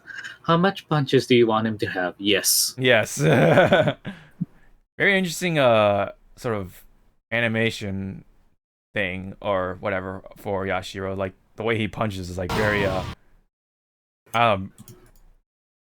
it's like literally very forward, like, you know what I mean? Like, I don't know. Like, it's pretty much, there's no finesse. It's just Punch. Yeah. It's like what's your superpower? I punch things. Yeah, I punch things. Yeah. He does some kicks. I mean, he does some capoeira stuff. He did like the spin thing early on. Yeah, see, like right there. But majority of the time, you just see him just flying his punches. Okay, and then another funny thing is that a lot of people compare him to Urien right now because of his hair. It's like that sort of same color. Maybe that's his cousin. Maybe that's his cousin, yeah. You don't know. Yep. Very interesting choker right here. Just the little heart right there. Yep. He's basically Urien without the dot on his head. Lighter skin color. Yep, so... Yeah, his cousin. Yep, his cousin, so... even funny, because he has like a shoulder tackle. I forget which exact... Shoulder charge! Yeah. Exit reflector. Yeah. Crush! That's pretty much... That's the thing he says. Where was That's my cousin! Yeah. I think it's right here, somewhere right here. Crush! There you go. He has that shoulder tackle, which puts him into a wall splat. So yeah. Anyway, that's Yashiro. We got another fighter for KOF. So interesting choice, I would say. Makes me wonder what his team is gonna look like. That's what I wonder. Yeah. They've been kind of mixing up quite a bit for this one, so yeah, it'll be interesting. All right, so a little more on fighting games. This is kind of big. This is involving with a leak, I guess. Someone got a lowdown on a survey that they did for Project L, which is the um fighting game for the upcoming fighting game from Riot Games. So someone looks like someone played it. I mean, it says supposedly that we will see some new gameplay footage or announcements for or from Riot Games soon. It looks like for the new fighting game that is currently called Project L. So yeah, interesting thing. Any sort of comment on the fighting game?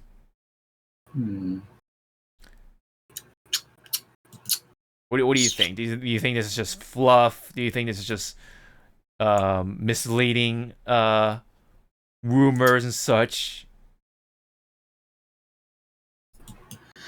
I think it's more on the line like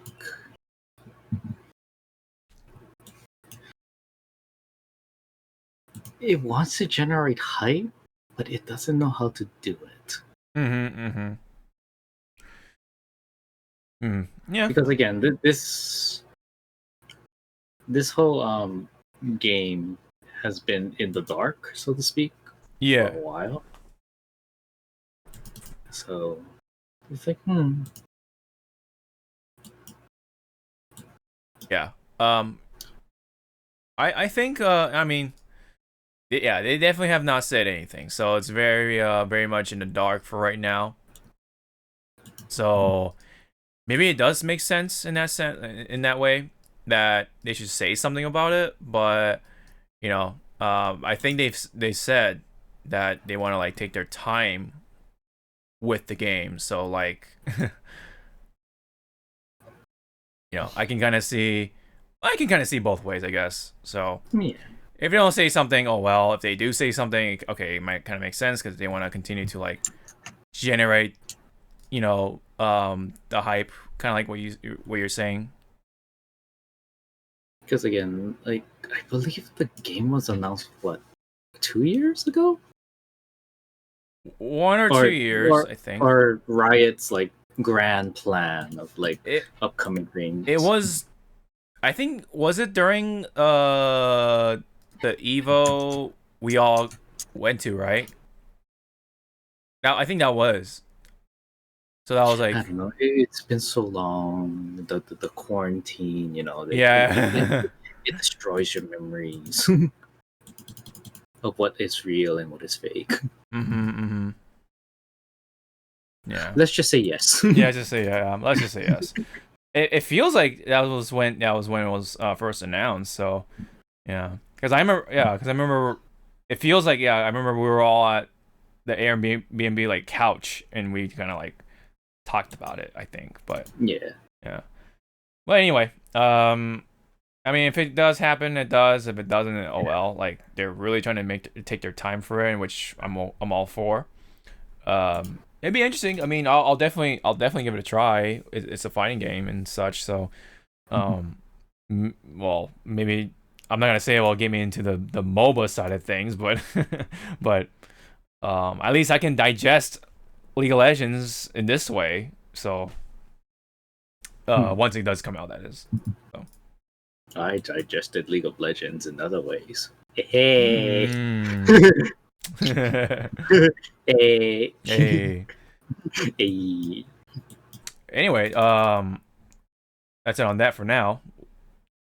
One more thing from fighting games. This is pretty big for the anime fans side of things. A brand new Melty Blood is coming out. So I thought this was just like another like, oh, this is an old Melty Blood game coming to the modern consoles or whatever. But no, this is apparently brand new. So I think I do have. Oh, I thought I had a website for it. Oh, anyway, I'll bring it up.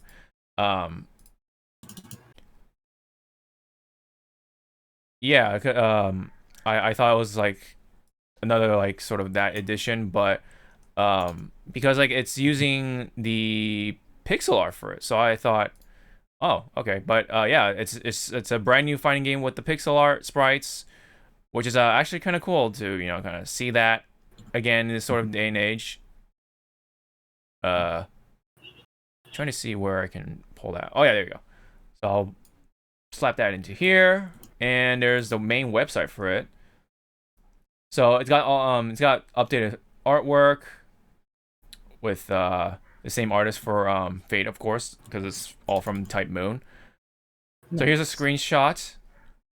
One screenshot from the new game. Obviously the the heads-up display or whatever is, or the UI is pretty basic for right now. So maybe they'll like work on it a little more. But yeah, CL looks very different because it's now like that art style.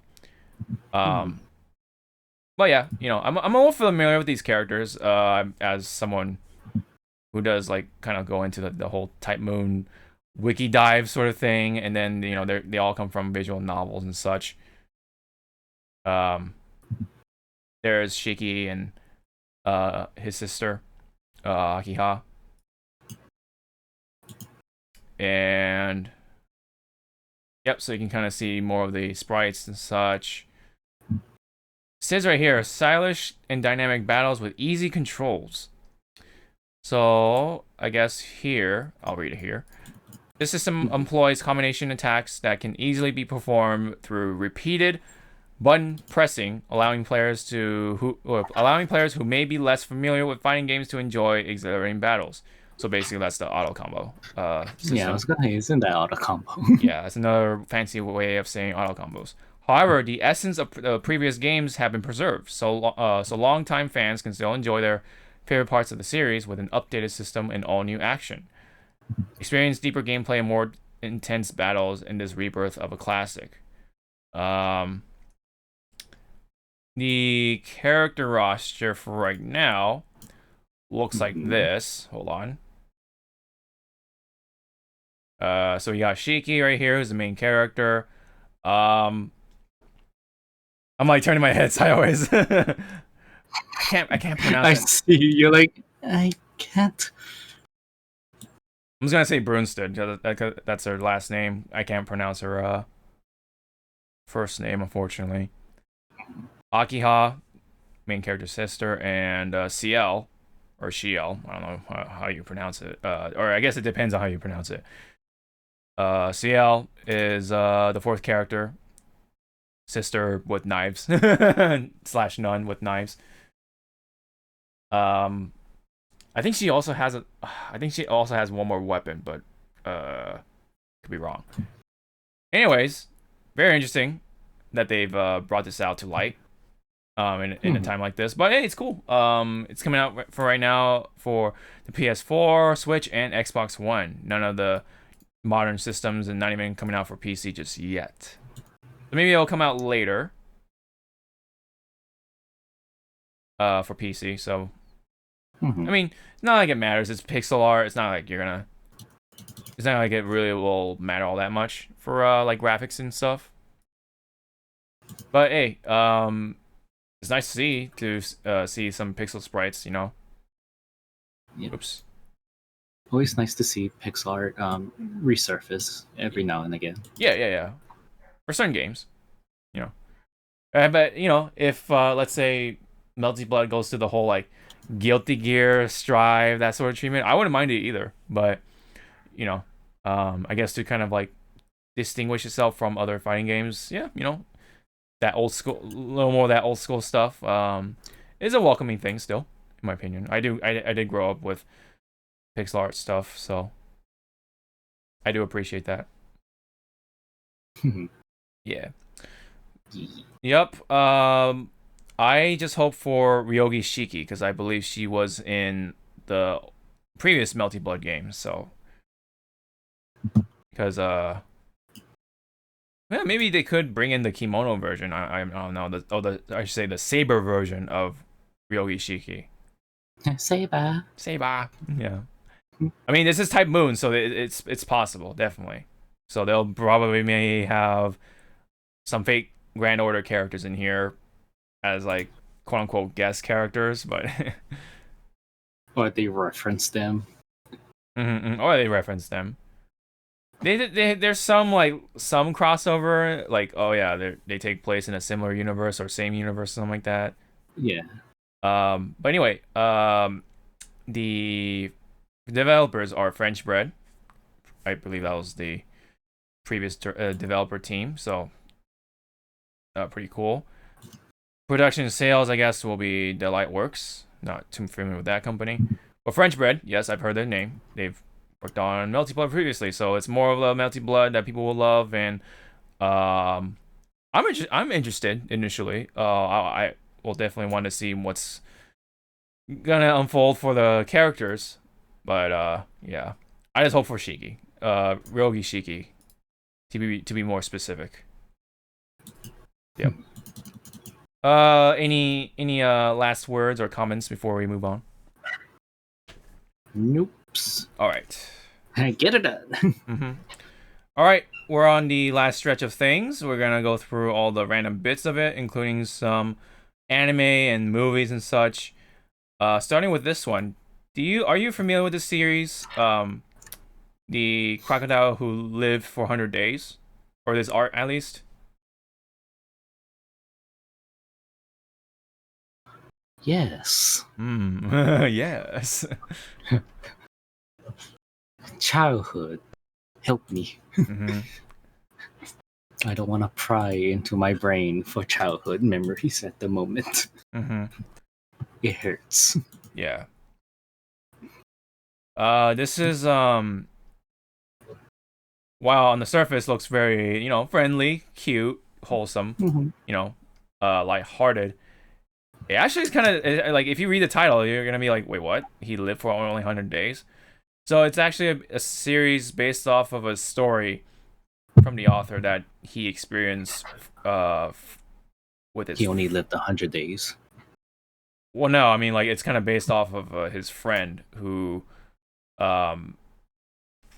was unfortunately, taken from an accident. Trying to basically say, why you gotta make me hurt? Yeah, it's okay. Well, I mean, here's the sentence I'll kind of explain, I guess. Yeah. The anime film, or it's a film. I thought it was a series. Anyway, it's a film that depicts his friend who lost their precious things 100 days later, or something like that. Again, why you hurt me? Yeah, I mean, that's the kind of story. So, I haven't taken a look at the thing, so I guess I'll give it a gander. But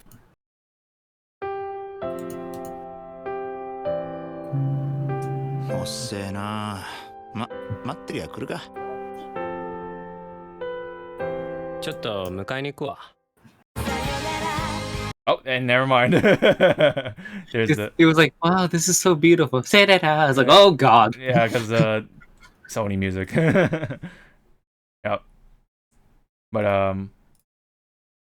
yeah, interesting art style or animation style. They're very straightforward. Mm-hmm. Yeah. I don't know. I just thought I'd bring it up because when I first was. It looks cute. Yeah, it looks cute. Yeah. When I first started reading the series, I actually did not know what was coming because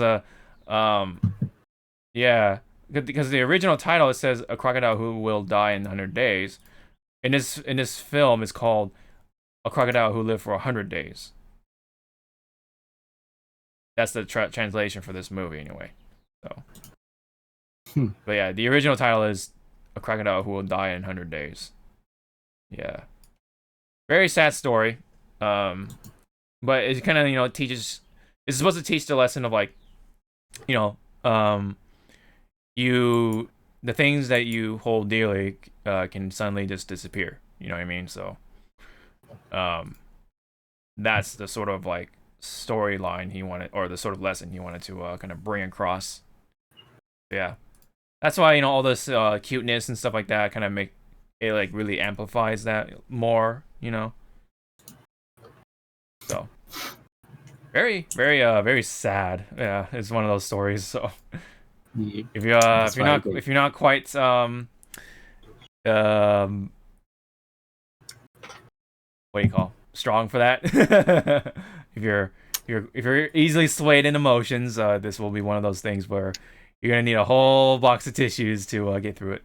Probably. Yeah, instead of watching this movie because you might cry, just go watch Your Lie in April. Much better.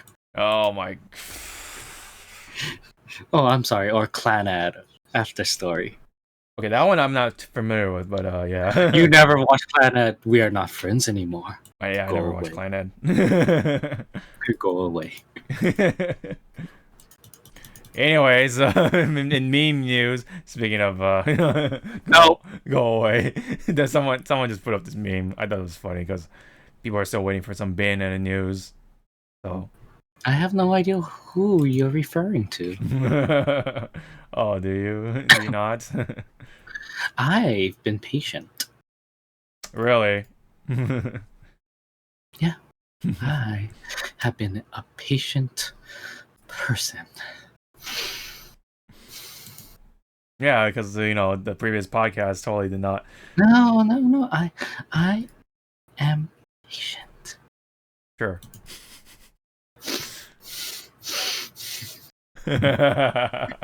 As you're fuming. You say that as you're fuming. You're basically a boiling teapot, ready to blow, you know what I'm saying?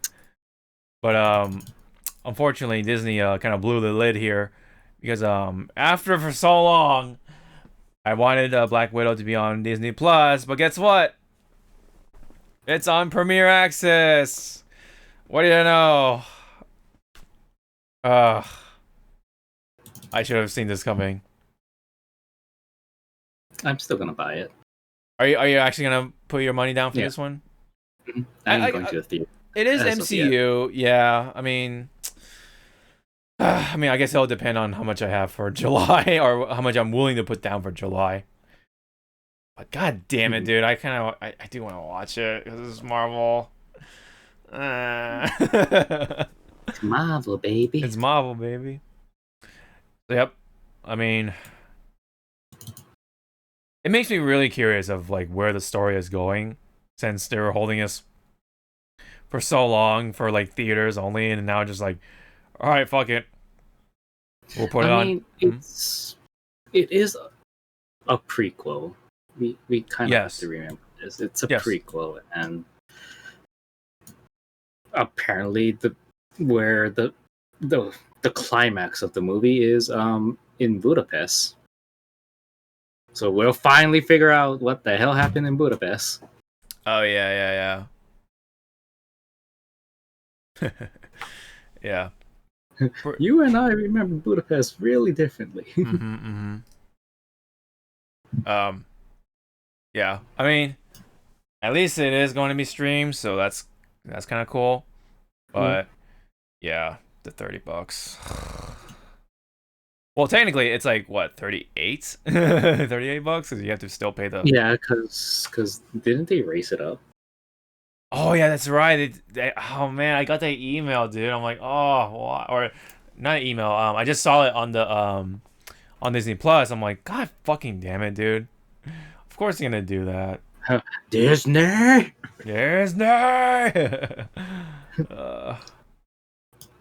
Whatever, dude.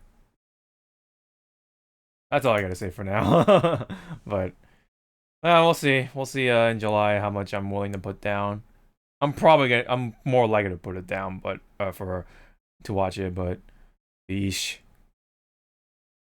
I mean, I guess I can think of it as like an IMAX movie ticket and some popcorn. That's pretty much what it is. You are gonna see another movie next week, aren't you? At the theaters. No, I thought I told you I'm not watching it in theaters. What's wrong with you? Well, I mean, we're still in the pandemic, so I haven't still have like. What's wrong with you?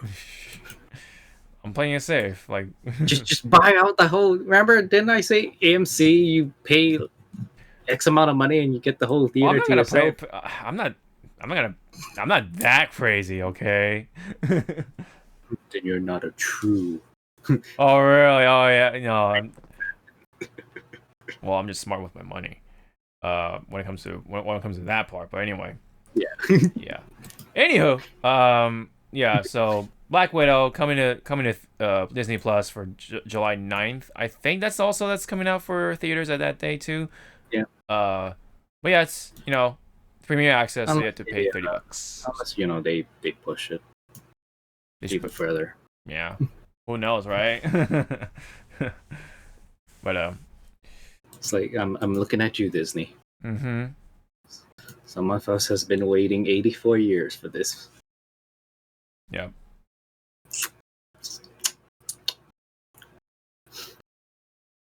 Do you Well, have anything to say, Kitty? Hmm. No, you just give a loud huff. Yep, that is the thing. More on movie news. We do have another game movie announced. This time for Ghost of Tsushima. I first saw this from Jeff Keighley, and I thought, What? what? You said And then what?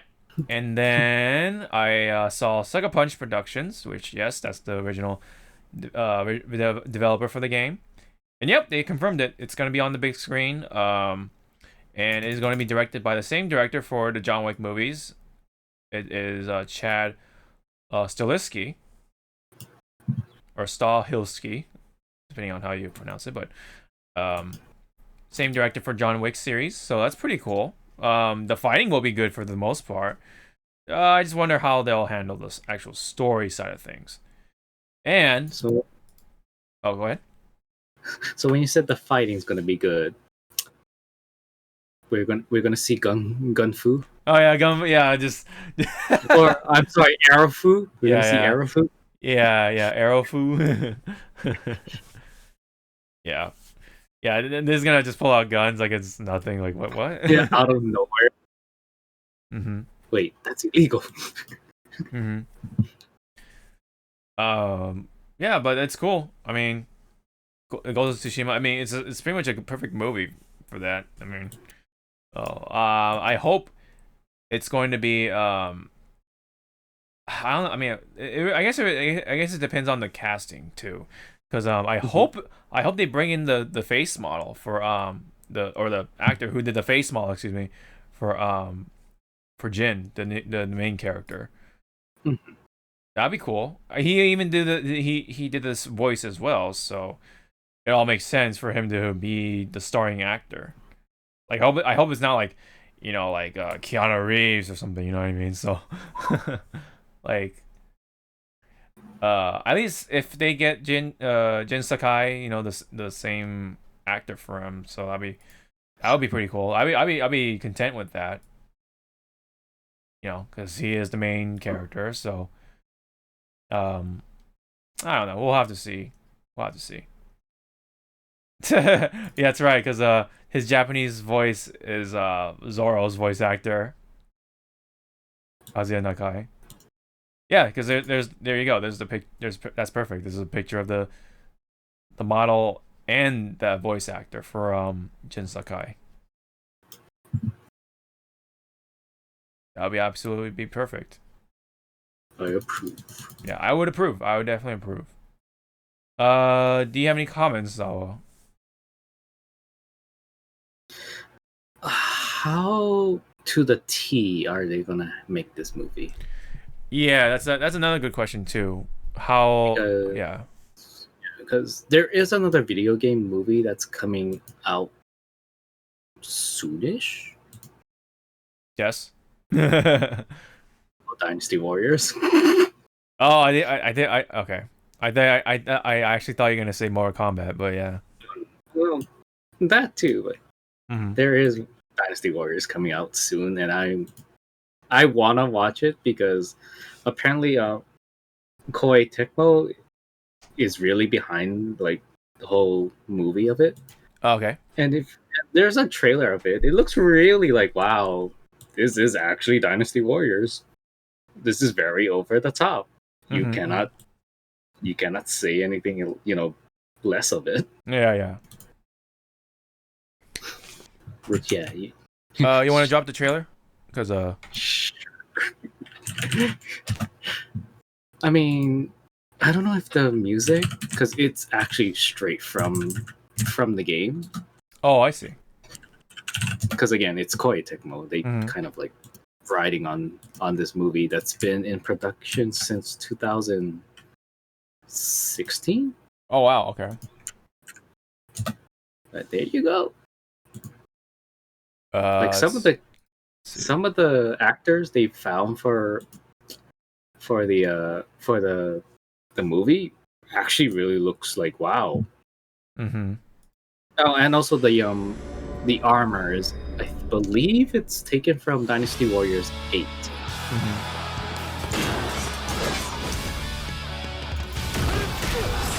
See, Oh this wow. is actually like how you're playing Dynasty Warriors. Yeah. You cannot just say, "Oh, it's just another knockoff of Dynasty Warriors." It's like, no, you're actually watching a Dynasty Warriors. Yeah.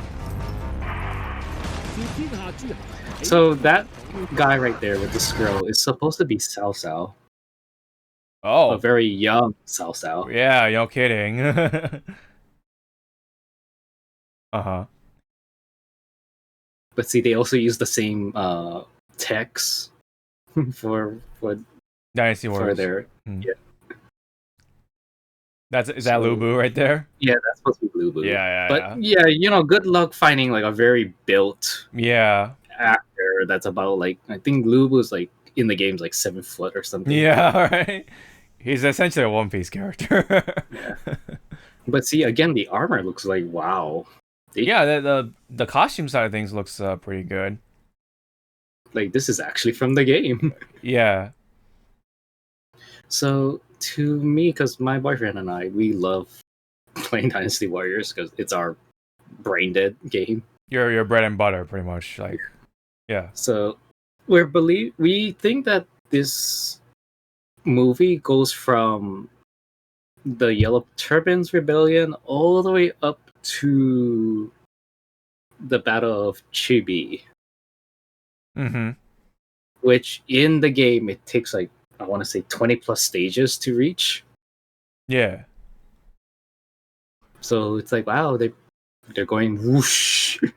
Yeah. They're not sticking like to like one area of the game. They're actually going like, we're going everywhere. This background looks very familiar for this part. I feel like this is a stock background. I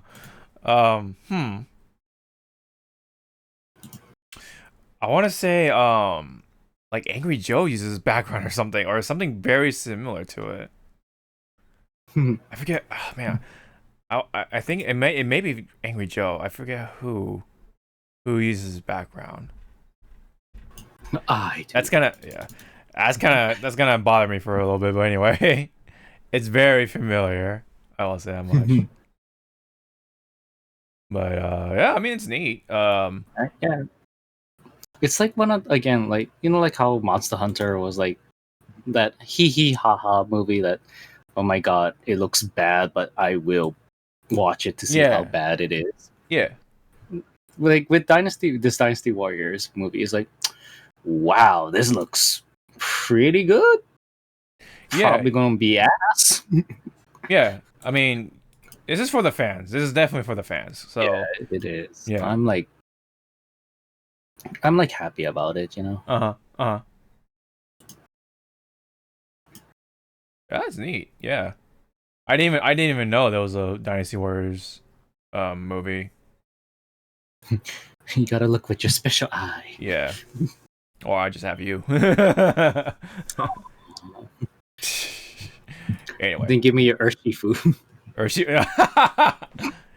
No. Oh man. All right. I mean, it's pretty cool. I didn't even know there was a Dynasty Warriors movie till now. So neat. Neat. Yeah. Skin bender. Yeah. You're right. There was some screenshots for, speaking of which, Mortal Kombat.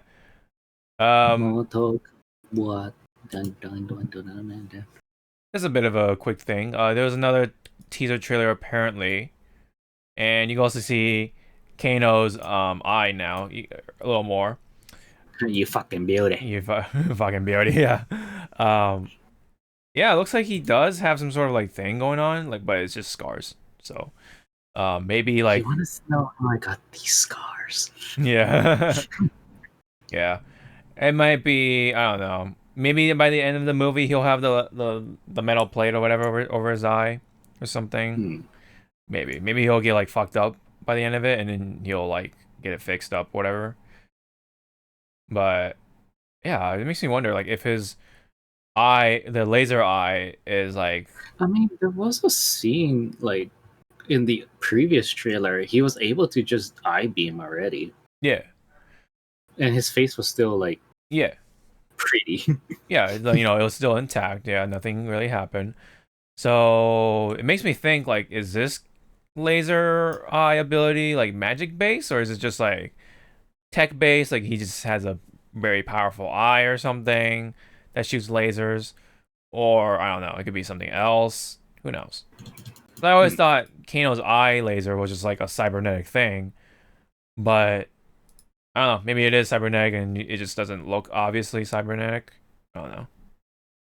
Like Cut down production. yeah, exactly. Like they're really cutting down or kind of really like shaving off the costs, you know, for just by taking out the Kano's metal plate out of the equation. Yeah. Yeah. So yeah, that was interesting. Okay, a little more on the memes. This time for the movies. So this one I wanted to bring up. It's like a stop motion animation someone did. Actually looks really well done. But yeah, this is just like it's supposed to be like spoilers for Godzilla vs Kong, and then it's yeah. You're not doing the other. I'll get to that. I'll get to that in a bit. Don't worry. Oh, that one. Yes, you. So yeah, it's a couple of seconds, but very well done. Yeah, and then there's that last frame. Oh, I want to see if I can like get it. Oh, like it's hard, but you can like see his eye like super big, or whatever. Oh man, it's so quick. It's just like that. Yeah. Oh man, it's like a little mini game of can you get this frame down? Oh whatever. Anyway, nice little stop motion animation involving with Optimus Primal shooting Godzilla in the face. I still find it funny that some people don't like Beast Wars. Yeah, I like it. I mean, it was yeah, it was our jam back in the 90s. Yeah, that was our childhood. You know what I mean? It was like what? Because Beast Wars and Reboot was our introduction to CGI. Yes, cartoons. Shows. Mm-hmm. So it's like we have a special bond with that. Yeah, we have in a special place in our hearts. Yeah. Thank you, season 1 and 2 of Beast Wars DVD that's collecting dust right now. Yeah, man. Who do you have a favorite Beast War character? Besides Cheetar, it was oh my god, I can't think of his freaking name now. Do you remember his like form or whatever? It was the Raptor. Oh, Dinobot. Yeah. And my most hated one was Rat Trap.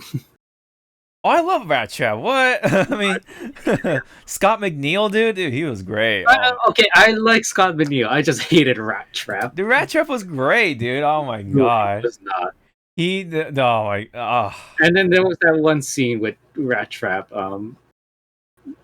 talking about how there are prostitutes on Cybertron. I was like, oh, we did not need to hear that. This is a kid's show. He is a piece of shit. Yeah, I'll give it that. But like, there you go. He is a piece of shit that I like. Yeah, you know. What else? Dude, I love Megatron in that one, dude. David K, dude. Oh my god, he was so good. That Megatron is so good. I love it. It's not like even though it's like anything like the other Megatron. I mean, they're not supposed to be the same exact character anyway, because they actually go because it's because there was Because spoilers, guys. yes, In an episode, they reveal that what was it? G1 Generation 1 yeah, Transformers kicked the bucket. yes. And I was They were part of an old war, and then they found their bodies like yeah, and I years. was like, whoa, this no. Yeah. I was like, no. Yeah, yeah. What are you doing? Mhm. Yeah, and then that's how also like Megatron got powered up because I think he got the core or something, the spark from the old Megatron or whatever. Yeah. G1 Megatron. So. Which again, I was like, whoa, this no. Yeah. And then even funny because like there was an episode where Starscream's like spirit possessed who was it? It was a pterosaur, I guess it was. It was one of them. It was one of them, yeah. He possessed someone. I was like laughing my ass off. I was like, hey. Yeah, it was nice You can't be throwbacks. here. Yeah. Well, to me, I was like, you can't be here. This is illegal. Get Yeah. out. Why Starscream though? Like it's like why Starscream? But that's funny though because he's like well, when you think of Starscream, he'll do anything to survive, right? true, yeah. I was just laughing. I was like, oh my god, this thing is still alive. Yeah. I love that show. I think it was really good for what it was. I mean, obviously the visual side of things, yeah. I mean, Yeah, the visual was kind of. Yeah, I mean that's like the natural thing about CGI back then is like it's gonna age terribly, but the writing, like everything, like it was pretty good. Like I watched it.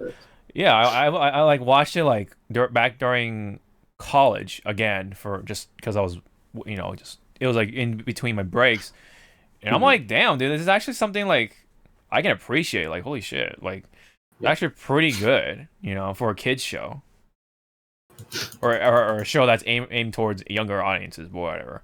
Like, I remember I had the toys, right? I had Megatron, of course, Dinobot at some point. Who was also voiced by Scott McNeil. But yeah, very interesting show. Like a lot of characters were like kind of, I don't know, like they made Dinobot like very Shakespearean for some reason, and then same with Megatron. He's like, yes. I love that line, dude. He's always just yes. He's like, yeah. Yes. It's like, sir. Yeah. This is a kid show. Yeah. You're making some kids feel things. Yes. Yes. Yes. And then there's Optimus Primal, of course, and then I remember Rhinox. Rhinox, and then there was, I think it was in season 2 when she appeared. Black Arachnia. Yes, Black Arachnia. And then Silverwing. Remember Silverwing? Out of all the toys that was out there, I did have Silverwing and Scorponok. Yeah, I had Scorponok too. I was sad when he died. Spoilers. I was sad when he died. I'm like, why? Why did they kill him off? He was like, I mean, yeah, he was a bit of a klutz or whatever, but like they killed him off because he didn't survive the dartboard wall. Yeah, and then he along with Pterosaur died because they fell into the lava and shit. I'm like, god damn it! But they had to make room for the rest of the characters and sell more toys. But man, what is it? They also killed off Death Charge. Remember him? He was the manta ray who can fly. They killed him off. They also killed off Rampage. Rampage was they kill off Wasp too? Waspinator? Waspinator? Okay, no. They thought they killed. People thought he was killed off, but then he was. Do you remember Beast Machines? That was like the weird, like that was that weird I know sequel. what that is. That's why I threw up in my mouth. Yeah, it's for the people. It's like one of those sequels that takes a very weird turn. I didn't watch it still, but I watched it on, what was it called? Fox Kids. Fox Kids, yes. You made me just threw up in my mouth. Yeah, with nostalgia, right? No, but yeah. So Waspinator, who thought died, was like the Transformer who thought Arachnia, or who Arachnia thought was Silverwing, but Silverwing was in another machine or whatever. So, yeah, it was like a weird twist thing. Yeah, it's weird. It's a lot of spoilers. Yeah, for base wars and base machines. Yeah, but I think by the time base machines happened, like a lot of characters were killed off though, unfortunately including Rhinox, I think, who was also my other favorite because he was like the smart one, you know. He was like the technician or mechanic. Oh, dude, I love that episode of Rhinox when he was like sneezing a lot because he had the virus or whatever. And every time he sneezed, he like blew up the shit out of like anything. So when he had that really big one, or no, did he? No, wait. Oh no, I think oh no, never mind. I remember. Like he was trying to get rid of the virus or whatever. So he ate some weird like fruit or some shit, and then it started to kick in when they were fighting the Predacons or something in a random battle, and then he had really bad like bubble guts or gas, and he literally farted. It exploded. It exploded like the Predacon, like I don't know, it was like a random base or some shit, or I don't know. And then all the Predacons were like hanging off from a tree. They're like, oh, like they're like, you know, they got their ass kicked for the day. Dude. Yeah. Some yeah, fun stuff. Fun stuff. He's like, no, it's not. Yeah. I mean, yeah, if you're on the receiving end of a big ass bubble gut fart, then yeah, definitely not. But you definitely do not want to be on the receiving end of Rhinox's gas. Anyways, joke's on you. I'm into that shit. Anyways, there's another meme that was pretty funny. Like the tweet. I think the tweet version was like where it came from, but this is obviously some TikTok, right? TikTok. Oh god, that was super loud. Jesus Christ! Hello, hello. I am awake. I am sorry, Dad. Forgive me. So it's like a little puppet meme thing with Godzilla versus Kong. You know, there's a full version of it, right? Let's check it out. Oh, these copyright.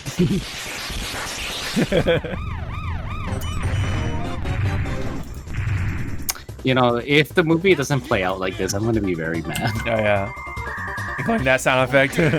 Yeah.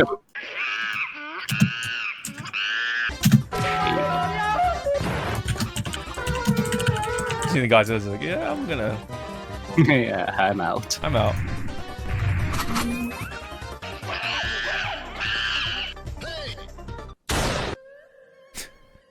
You saved me. Save me.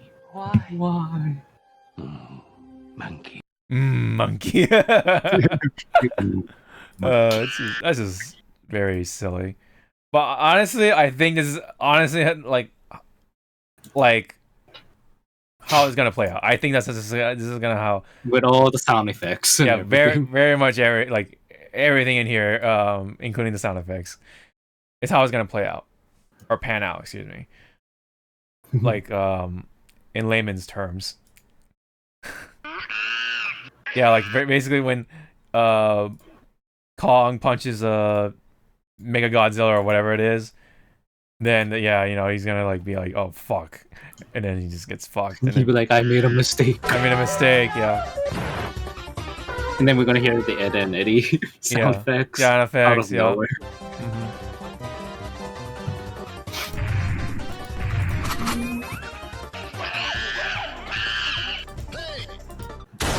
And Godzilla's gonna have a gun. You saved me. Save me. Why? Why? Monkey. Yeah. Monkey. Yeah, I thought it was pretty funny. I had to throw that in there because it's Godzilla. Which is soon. Mm-hmm. Get your tickets now or pay for 1 month for HBO Max.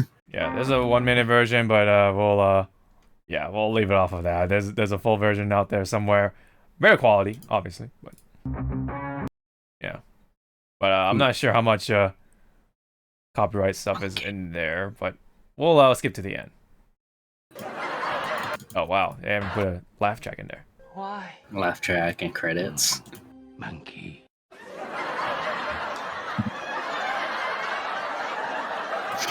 It's like we're watching WandaVision. Yep. Everywhere you go.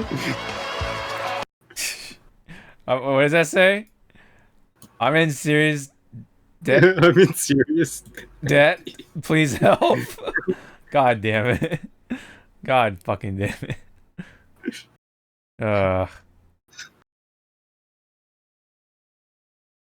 Yeah, very, very clean, Very Anyway, creative. very creative. That was nice.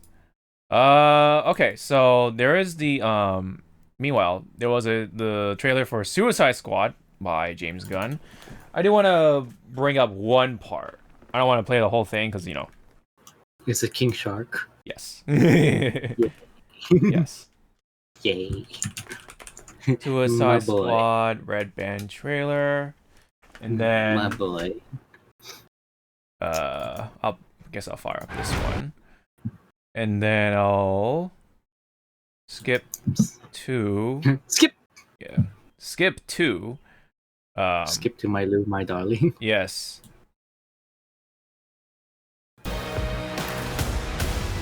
Num num. Ah. Yes. Any questions? And Yes, that is your hand. Yes. Very good. we're all gonna die. I hope so. So why is Heimdall here? Right. Isn't that beautiful? King Shark. Yeah, see, it is the Harley Quinn animated series King Shark, but it's the stupid King Shark from I keep forgetting what the movie is. The Justice League Dark Apocalypse War. Oh, I see. And then there were a couple more parts with King Shark. I think honestly he is the best. He's just there, just gonna in the background. I think with James Gunn, he loves making movies with obscure like characters, Yeah. which I thank him for that. It's like thank you, because again, not a lot of people know about Guardians of the Galaxy, so he brought them into the scene. A lot of people that I knew started to read Guardians of the Galaxy, yeah. and I was like, good.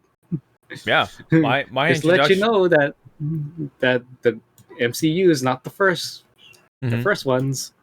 Yeah, my introduction to Guardians of the Galaxy is Marvel vs. Capcom 3, like Ultimate Marvel, because of Rocket Raccoon.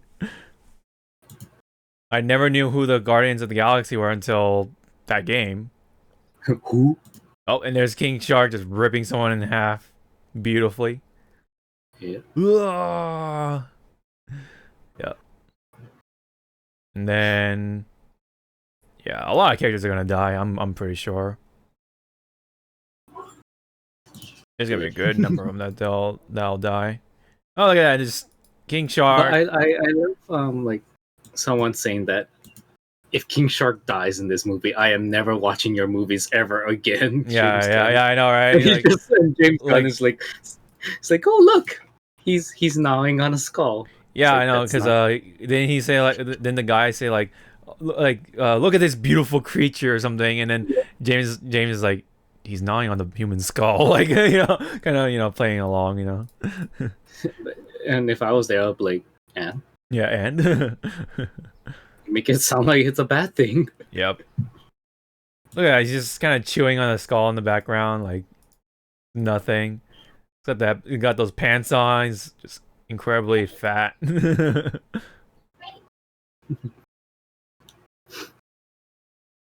Everywhere you look. Yeah, I think King Shark is gonna steal the show, honestly. Besides Idris Elba. And again, where is this John Cena character? I know, right? Like who are they talking about? Like I don't see John Cena. All I see is the floating notepad. With the floating helmet. Yeah. Yeah. Why is this suit like floating around with the notepad and such? And Yeah. Hold on. And Yes, that is your hand. it's like, Very yes, that is your hand. Good gonna job. die. Mm-hmm. Okay, at first, remember when Margaret was cast as Harley Quinn? I kind of like was like, ugh. But you know, after like watching a few more times of the original Suicide Squad, she kind of fits like a good one of the alternate universes Harley Quinn. So Yeah, like, you know what? I can buy it as her being Harley Her Quinn. own Harley Quinn. Mm-hmm. Just like how Tara Strong is everyone's go to for Harley Quinn. Yeah, because of her yeah. voice. Mm-hmm. At least for the cartoons anyway. Yeah. And Cartoons then, and video games. yeah, and then and for the then- movies, yeah, Mm. Margaret. And then like, okay, where's that? Yeah, this scene. I was like, okay, I hope none of you, got sick from this shot. Because like with some water shots, Oh there's yeah, like maybe a good like 20 takes until they get the right one. yeah. And I hope none of you guys are wearing white. Mm-hmm. Because that would be hey. And it's funny that yeah, YTT is in there. Oh yeah. And don't forget about Sean Gunn as Weasel. Is it called? Yeah. He's like in very early in the shot and like other shots too. Which I like when directors have their own like siblings Yeah. in their movies. Mm-hmm. So it's like yeah. Mm-hmm. I have a feeling this is the final like battle group, so all the people you don't see in this shot are gonna die. Oh, so John Cena's dead then. Yeah, it looks like. Is that him right here? Or no, it might be someone different. Yeah, I can't see him. Yeah, right. There's too much rain. Yeah, too much snow, rain, whatever it is, sleet, snow. Too much water. Oh my god, it's too much water. IGN's gonna hate this movie. Right. Yeah. It was too much water. It's like, oh my god. There's a shark. That's not a shark. King Shark is a shark? He's not left shark, so we gotta deduct points for that. Oh my god. IGN's point system is really something. Really, yeah, yes, that's a nice way to put it. Very, very something. But anyway, that was a pretty cool trailer. I would like to go see it or check it out. This is gonna be on HBO Max, right? I'm assuming. Yeah, so because the other Suicide Squad is in HBO Max, so I'll definitely check it out. Why not? I mean, they're putting all their movies for this year anyway, so why not? When is this coming out again? Did they say? Nope. No. I don't know. Maybe. Oh, August 6th. Okay. So that's okay. Well, I may put money down for that month and then probably unsubscribe after, but you know. I don't know. I'll have to take a look at the sort of calendar and then plan out, see if it would justify for having like the rest of the year with HBO and all that stuff with all the other movies that could come out and stuff. Mm-hmm. Yeah. But anyway, I'm interested. I'm in. I would like to check it out. Obviously, you are too. It seems like for King Shark. I have no idea what you're talking about. There's Polka Dot Man. The most weirdest character. What is his like thing? Like, what's his shtick? Like, Polka dots. do you know, like, are you familiar with Polka Dot Man at all? I know of him. I can't just. I'm not. Sadly, I'm not Kevin Smith. I cannot just go like, oh yeah, Polka Dot Man. He's this. Oh yeah, I'm just gonna be like, he's Polka Dot Man. he's got polka dots. Polka dots. Yeah. Help me, Kevin Smith. You're my only hope. Mm-hmm. I really want to know what Kevin Smith's review of the movie's gonna be. Mm-hmm. Since again, Harley Quinn is his gal. Oh And really? he's- Oh. he, Okay. he named his daughter after Harley Quinn. So Oh okay. Yeah. I really want to know like what is his review gonna be for this Yeah. movie? Mm-hmm. Well, anyway, nice red band trailer. You know, that explains all the violence. You know, and I'm Violence. pretty sure this will be rated R, so there's nothing gonna be holding it back, right? So, Mhm. yeah. So it'll be as best as it can be for theaters, and then for streaming, you know, you can definitely enjoy it. You have the option to enjoy it at home. For August anyway, August 6th. Again, I'm in. I'm interested. If I want to check it out, looks good, and hopefully it turns out to be good. All right.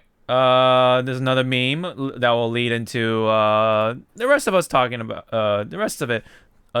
some Justice League, the Snyder cut. We're not gonna talk about it all the way, but you know, Yes, we will. yeah, maybe.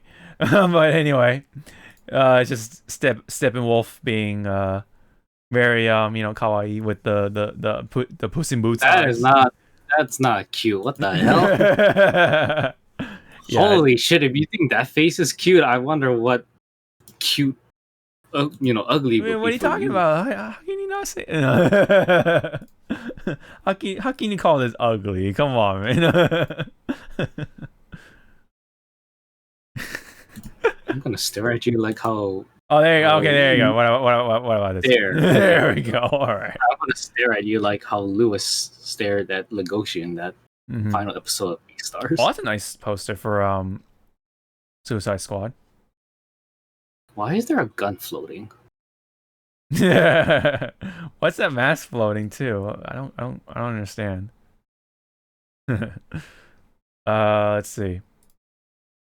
So yeah, obviously, you know, just a little goofy, Oh, dumb my meme to God. lead into our Justice League little talk here. So we both of us just watched Justice League with the Snyder cut. What are your like sort of overall thoughts for it? If you had to say it in like a couple of sentences. Much more cohesive. Mm-hmm. Thank you for actually fleshing out characters and they don't feel rushed. Yeah. Wonder Woman. Wonder Woman. Yeah, I noticed there are definitely a lot of differences, but we'll get to that. But my overall thought is that, you know, obviously with 2 extra hours, yeah, it's gonna be good. You know, this is a special case here where yes, it works for a streaming movie, but if you were to watch this in theaters, like 4 hours, like I don't know. I mean, would you want to be in there for that long? For some people, yeah, maybe they don't mind, but like, this, while not bad, it wasn't terrible or anything like that. This could have been separated into like several movies. Like they could have had a movie about, you know, Flash. They could have had a movie about Cyborg. Like I felt like they should have just made these movies on their own in the first place, you know, before they do Justice League. Kind of like, you know, what the Avengers went through. They had several movies with each hero or the main heroes anyway, and then, you know, have the Avengers. Like the whole problem with this Justice League situation is that they literally jumped the gun. They wanted to get that Avengers money, So this is what it was. And then that's why that was like one of the big reasons why it didn't turn out so well. Just because it was rushed. The magic just wasn't there. They didn't follow that sort of same formula. Like, as unoriginal as it seems to be, it works. So it was rushed, and then Warner Brothers kind of like full on like didn't care for what happened to Zack Snyder. Yeah, and it was his daughter, right? That it was his daughter, and it was pretty much like something happened, and then Warner Brothers is like, oh dear, oh my, that's sad. Can you please finish the movie then? Yeah, and then so they had to replace him with Josh Whedon, right? Yeah, Josh Whedon. Yeah, so that explains all like the shift in tone too. Like, I actually watched the other version the other day, and it's just not only is like it's like a completely different movie, but it's not good. Like it's just like it felt rushed. A lot of things were cut out. A lot of things were taken out of context. Like it doesn't provide any like story to why they're doing this or whatever and that. It doesn't just provide it doesn't fortify a better like sort of ground to fortify the story or whatever. So of course, he had to shove in like all the 2 extra hours just to make the movie more palatable. But the overall problem is that they should have made some of these parts into separate movies in the first place. Again, with Flash, Cyborg, and of course Batman. We already have Wonder Woman, so that's like checked off the list. We already have Superman, so that's kind of checked off the list, sort of. You know what I mean? So I would say mainly Flash and Cyborg, because we've seen Batman like so many times, and we already know, like where he's coming from, right? So mainly Flash and Cyborg. I think that's a big takeaway from it. But again, like looking back on the other movie though, dude, like there's some good in that movie. Like I like the color, I like the visual. Oh yeah, there was color. Yes. There was color for that movie, right? But in this movie you lose a good amount of color, unfortunately. It's like more brown. Yeah, it's more brownish, more grayish in a lot of parts. Very different. Dark. It went back to like the traditional DC color palette. Mm-hmm. Unlike Wonder Woman and Shazam, they had color. Mm-hmm. Just this Snyder's Justice League version just went back to the traditional, like, gotta have gray or that brownish color everywhere. Mm-hmm. It's like, oh, okay. Mm-hmm. Mm-hmm. But other than that, much more palatable, even though it is 4 hours. It didn't feel like at first glance, It doesn't feel, it kind of feels like, maybe 3 hours ish. But once you really get into the movie, you're not gonna really feel those 4 hours, like, you know what I mean? If you really like the movie too, like, I think that really helps. And like I said, it's more palatable, so that like sort of runtime won't really make it that hard or anything. But yes, if you look at the 4 hours, just 4 hours, like, wow, that does sound long. But same with Endgame. It was 3 hours, and a lot of people were saying, "Oh my God, it's 3 hours!" Oh, but it didn't feel like 3 hours. Yeah. Same here. And so I'm gonna go ahead and go through the sort of the differences, right? So that I've noticed, and also what is it? GameSpot cover them too. But there are a couple of notes that I wrote down myself that I noticed, but I'll try to go through these real quick here. So Superman's upper lip. Remember that part with when he was talking to the kids that were trying to do their little podcasts in that other movie? It was like in the very beginning, and you notice like his upper lip was like kind of weird. He was kind of CGI. He was constantly doing like this, like it was very weird. You kind of notice. Yeah. So that was because he had a big mustache at the time, and he didn't want to get rid of it, I guess. So they had to like. It was because it was in his contract. To Yeah. not. Mm-hmm. And I was like, oh my god. Mm-hmm. So they did a poor version of a deep fake, I guess, on his upper lip, whatever, or around his mouth, essentially, and it looked weird. You know, that's why back in that same the theater cut, it looked weird, especially the first time. That got cut, so we don't get to see that. The parademons were introduced differently. I remember, of course, with Batman trying to make bait out of that one random thief or whatever, and then the random parademon came and, all right, you know what I mean? It's like, all right. It's like, hi. Mm-hmm. Like, oh. What do you want from me? Fear. What do you want from me? Donuts. Yeah. No. Beer. Beer. I think. Beer? Yes, beer. Beer. It also paints the parademons very differently because the older movie, they fed off of fear, right? But these parademons in Snyder's cut they like cut that out completely. So because remember in the other movie where Steppenwolf was about to lose, he started to show fear, and then the parademons kill him off that way, like because they were eating him essentially, and that's how it ended. You know, very very different in that sense too. Obviously we had more Cyborg, we kind of addressed that. More Aquaman, we definitely had more Aquaman scenes as well. Aquaman. Mm-hmm. And of course, I didn't mention Aquaman because he already had his own movie as well. Yep. We had more Alfred, which is kind of nice. If you're Alfred fans of Alfred, helped painted a better picture too. Musical cues were definitely different too. Because remember, there was like one example where Aquaman was like drinking the whole bottle of whiskey, and they played a very different song in the theater cut versus the Snyder cut. Very different tone. Throughout the whole movie, they had different music play out too. Especially when Wonder Woman was fighting, like they're playing her theme, throughout the movie too. I think that was one of the big differences, right? I mean, they just added more vocals into the beginning of Wonder Woman's. Yeah. That's all I heard.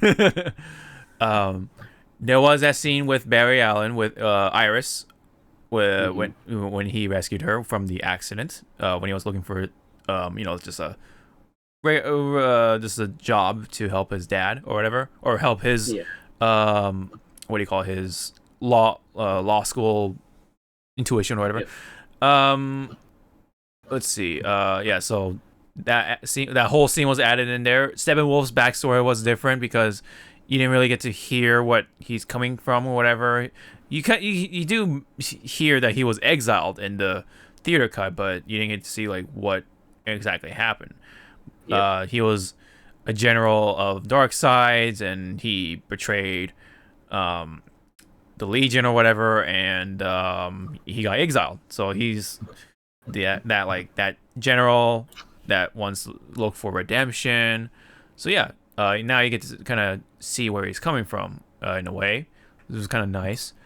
And obviously one of the huge differences is Darkseid and his cronies. You can see two other people. I forget their names, but are you familiar with those people that were standing next to Darkseid? Desaad, and the old lady is Granny Goodness. Oh, okay. Granny Goodness is the one that trains the Furies. Okay. Interesting. Okay. So, yes, we had more characters on that side of things. There was the anti-life equation, so it paints more of a clearer goal for the villains, which is located on Earth.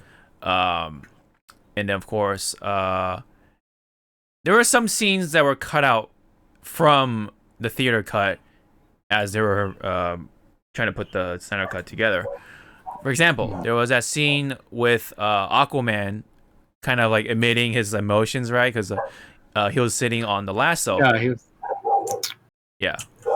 He I sat on got sad. yeah, he sat on the lasso, so he was like kind of saying everything that he felt, even commenting on Wonder Woman being hot and everything, which is like whoa, but that's the lasso truth for you. He, So that part I kind of felt that they shouldn't have cut it out because it kind of it paints some more better picture of their sort of relationship, right? It's a little humorous, so it would be kind of nice, but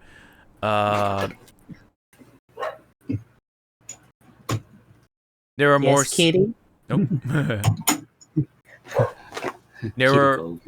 Yeah, and then there were more scenes of Themyscira with them fighting, right? They were, they showed him like, actually like like looking at the box or whatever, and all that stuff. They really extended the scene of them putting out the signal for Diana, and Diana had to go on the expedition to find out about, Darkseid and all that stuff. yeah. Yeah. There was that one scene with Barry Allen, or Flash, falling on Wonder Woman's, when he saved her, but they cut that out completely for the Snyder cut. Which that could have gone either way. I kind of don't care about that. Yeah. Yep. Superman's suit was very different. It was the black. It was the black suit. Is there any callback? Sorry, was it? What?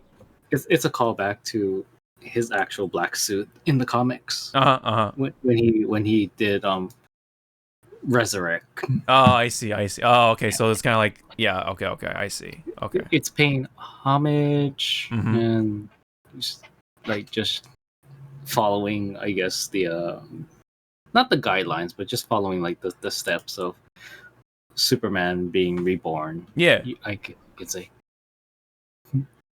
Call back on the comics. Yeah, that's pretty cool.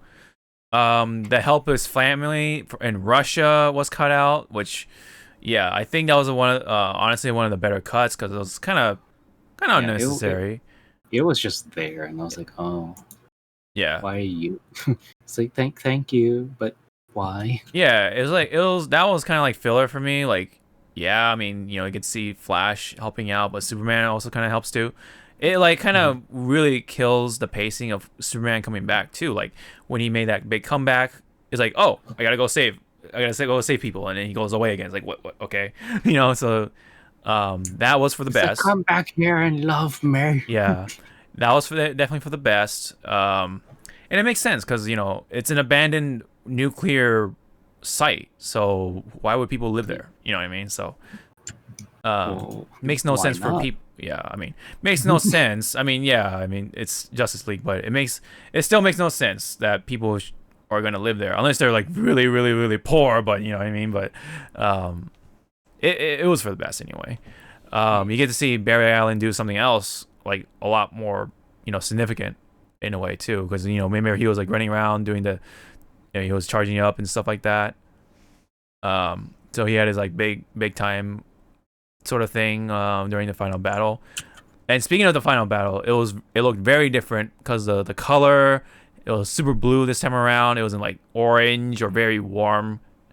You know what I mean? It looked very different. And then there was a lot more going on in the final battle. Obviously, we have Cyborg doing some stuff, and all that.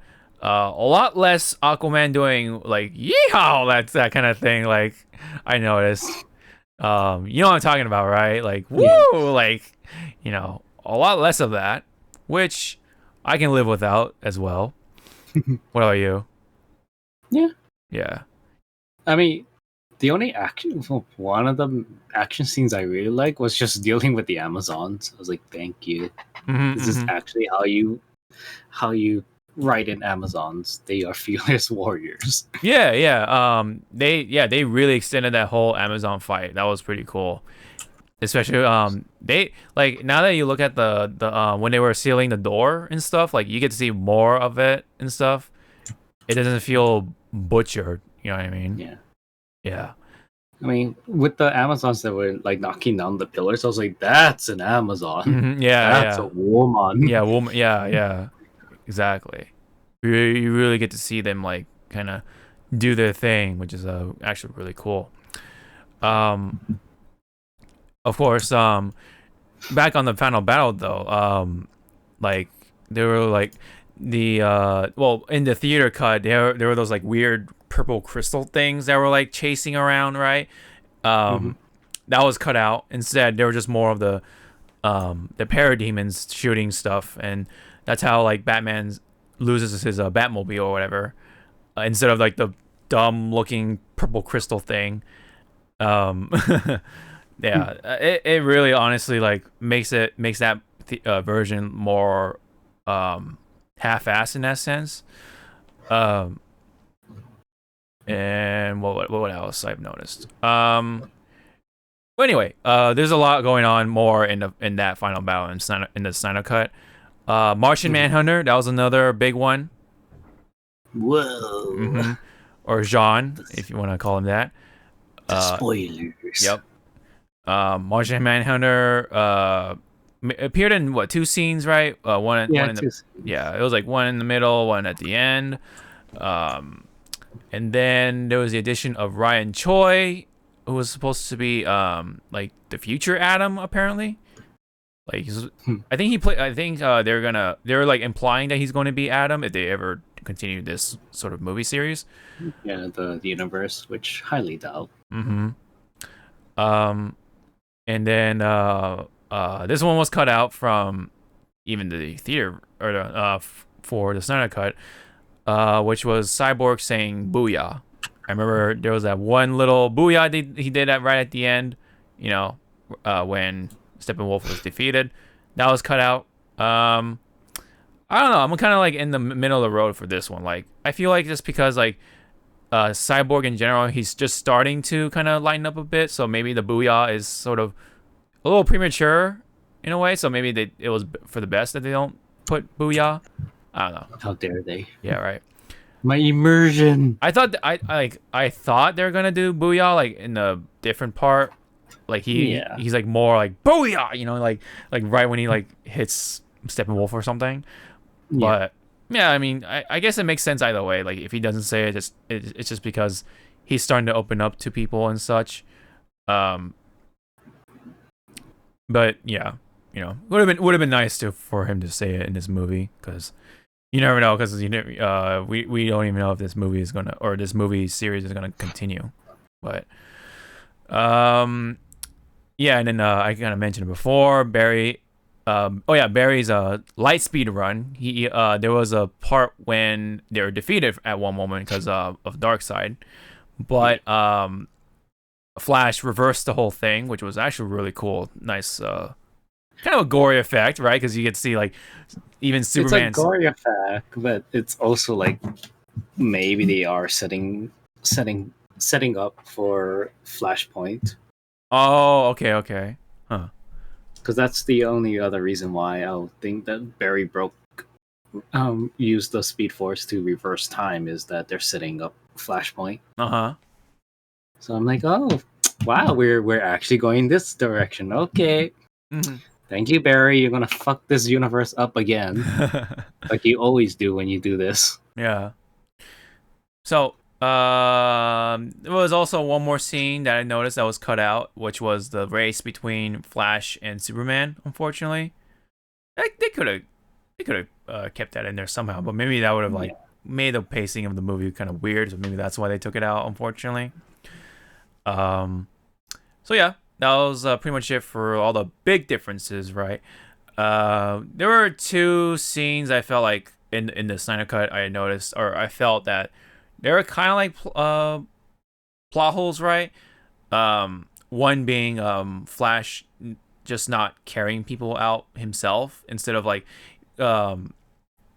Cyborg, you know, doing all the carrying or whatever, right? Because he's the one with super speed, and he was doing that in the theater cut. Like he was pushing people, you know, away from the battle or whatever, right, with his speed, and he could have done that in here too, but for some reason he wasn't carrying people out. like he would usually do, but instead he was kind of like, oh yeah, this way, oh yeah, all right, good job, keep it up, or I don't know. Like, he was kind of there, and then but he did save people from the debris because there was like rocks and stuff. Like he was like catching all the rocks except for one, and Cyborg blast that one rock, and then yeah. He screamed like really. No! Like, oh, yeah. Jesus Christ. Jesus. Yeah. Oh, and then of course there was another big difference was that Cyborg's father was killed in this one, the Snyder cut. I think in a rather kind of weird way because Silas sacrificed himself so that because he fired the laser right into the mother box, which heated up the core. And that's supposed to be like, okay, his way of marking the box with, with heat, so you can see it with infrared vision or whatever, when you want to track it down.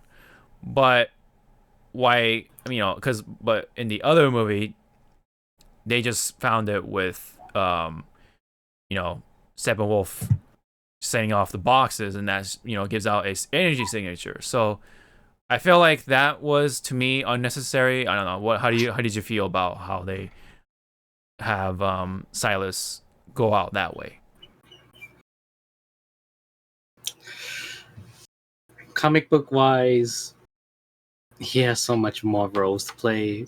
Movie wise, it was like that. To me, that big motivation for Victor to get off his ass and save the world, True. Yeah. Okay. But I wish they kept Silas around for like the next movie instead of just making him again the the trigger for like a plot device for Cyborg to be motivated. Yeah. I feel like that part could have been done better. Like they literally could just have Batman like do his thing and look for the base or whatever of Steppenwolf through whatever fucking satellite and like try to read or have Cyborg read the energy signatures since he's made with the mother box, right? So he has that similar energy signature, so it would make sense to find, I don't know, like that part kind of made me question that part. I don't know, but really other than that, it was still a good movie, I would say. I mean, of course, right? You would expect that after adding so many more hours in there, like it's twice the movie pretty much. So with that, I don't know. I'm kind of torn between giving it a 7 and an 8 or whatever. Because, yeah, it is good. But, they could have done it still differently. But for what it is, this is a very unique situation. So, it's still a good movie. So, I should give it some points. But I don't know. What do you think? Out of 10, like, is there a score that you would give it? The movie overall? Yes. Survey says a 9. Really? Yeah. Huh. Okay. Much more better than the Joss Whedon version. Yeah, I mean, if you directly compare it with as a standalone now, I give it an 8. Yeah, 8. There's an no 8. point. Yeah, that's fair. Because right away I gave it an 8, but I'm kind of torn between the 7 and 8. But just make it 7.5 and call it a day. Yeah, I guess. 7.5. Yeah, because there are still some things that could have been better, right? But in comparison to the theater cut and the nature of the situation of things, yeah, I mean, it's a lot better, way more palatable. It lays way more story out, so it provides more context to the characters' actions. It tells a better story overall. And forgot one more thing to add for me is that when Superman was revived and Lois came to contact with him, I actually felt a little more emotional because you get to see more more Lois in the movie too, going through the emotions, right? Very, very oh yeah, I forgot to say this too. This version was a lot more like somber, like a little more on the sad side, very emotionally driven in that sense. Very somber. While the theater cut, being directed by Joss Whedon, was a lot more lighthearted. Very, they had more humor in it. They tried to make it kind of feel like Avengers in a way. But in this one, a lot more somber, a little more darker in that sense. Little, holding back a good number of the humorous stuff. But still a better movie than the theater cut, like bar none. Yeah. So yeah, 7.5 from me. So that is the Just Ass League. the old Just Ass. Yeah, good movie. If you have 4 hours to kill, go for it. Yep. And if not, go watch Endgame. Oh yeah. One less hour, I guess. One less hour. One less hour. I mean, but with technology, you can't skip some of the parts. You can. You can. And yeah, the movie, the Justice League was broken into chapters anyway, so you kind of like stop at some point. Yeah, you kind of had like breathers when Yeah. they had the chapter title cards. So I was like, oh, good. Yeah, like honestly, that's how I kind of did it. Like I had to like pay some attention to my dog for a little bit, so I luckily was able to stop right there in one of the chapters and fed my dog or whatever, and then came back and then watched the rest of the movie. So. And then your dog returned and you're like, not now! Not now! Yeah, exactly, right. Get out! Already fed you! Get out! Be good! Get out! Yeah. Go play with mom! Very much, right? Anyway, that was Justice League. Pretty good. Pretty good. Pretty good. But now, next time we come around to talk about another movie, which is Godzilla versus Kong, we'll definitely... I don't know. Maybe if I do come around to do a review for Godzilla, I may have you be a co-host for me to do a separate review video or something. Not for the podcast, huh? $5. $5. No, I'll get you some Grubhub. Yes, but that's gonna take a week to get here. Yes, he drives on the boat and everything. Or he just drives a plane and then just drops it. Yeah. Yo, that's definitely how it works. All right, well, that's all we got for the podcast anyway. Unless you have anything else to sort of throw in there before we sign off. Give me money for. Almost said Genshin for Fate Go. Fate Go, yeah, because you want to pull the what it was a caster, right? The caster of what? Yeah, of the Nightless City. Nightless City, yeah, okay. Miss Arabian Nights. Yeah. Which I gotta check in if she is next week. Time to ask the Discord. Yep. And Alrighty. I'm going to mute Twitter on anything that deals with Monster Hunter. Understandable. No, you don't understand. Yeah. You don't understand how I feel, damn it. Alright. Well, on that note, we'll sign off for now. We'll be back for next week. We'll probably talk about Godzilla a little bit, but we'll do most of that probably together in another video. But I'll have to kind of plan it out, see if someone would want to do it or not. I'll just ask. But anyway, but for now, if my friend does want to do a review with me, then me and Zawa will just do a review here. So anyway, it'll all depend on how things go. So, anyways, that'll be it for the 132nd episode of the Hypecast. Thank you so much for tuning in as always, and we really appreciate it. And if you have any comments or anything like that, you're always welcome to leave them down below. If you want to stay updated on all that stuff, check us out on Twitter. Although I do most of the updating anyway, but you know, Zawa puts out some retweets of something, you know, and yeah, your cat was mumbling something.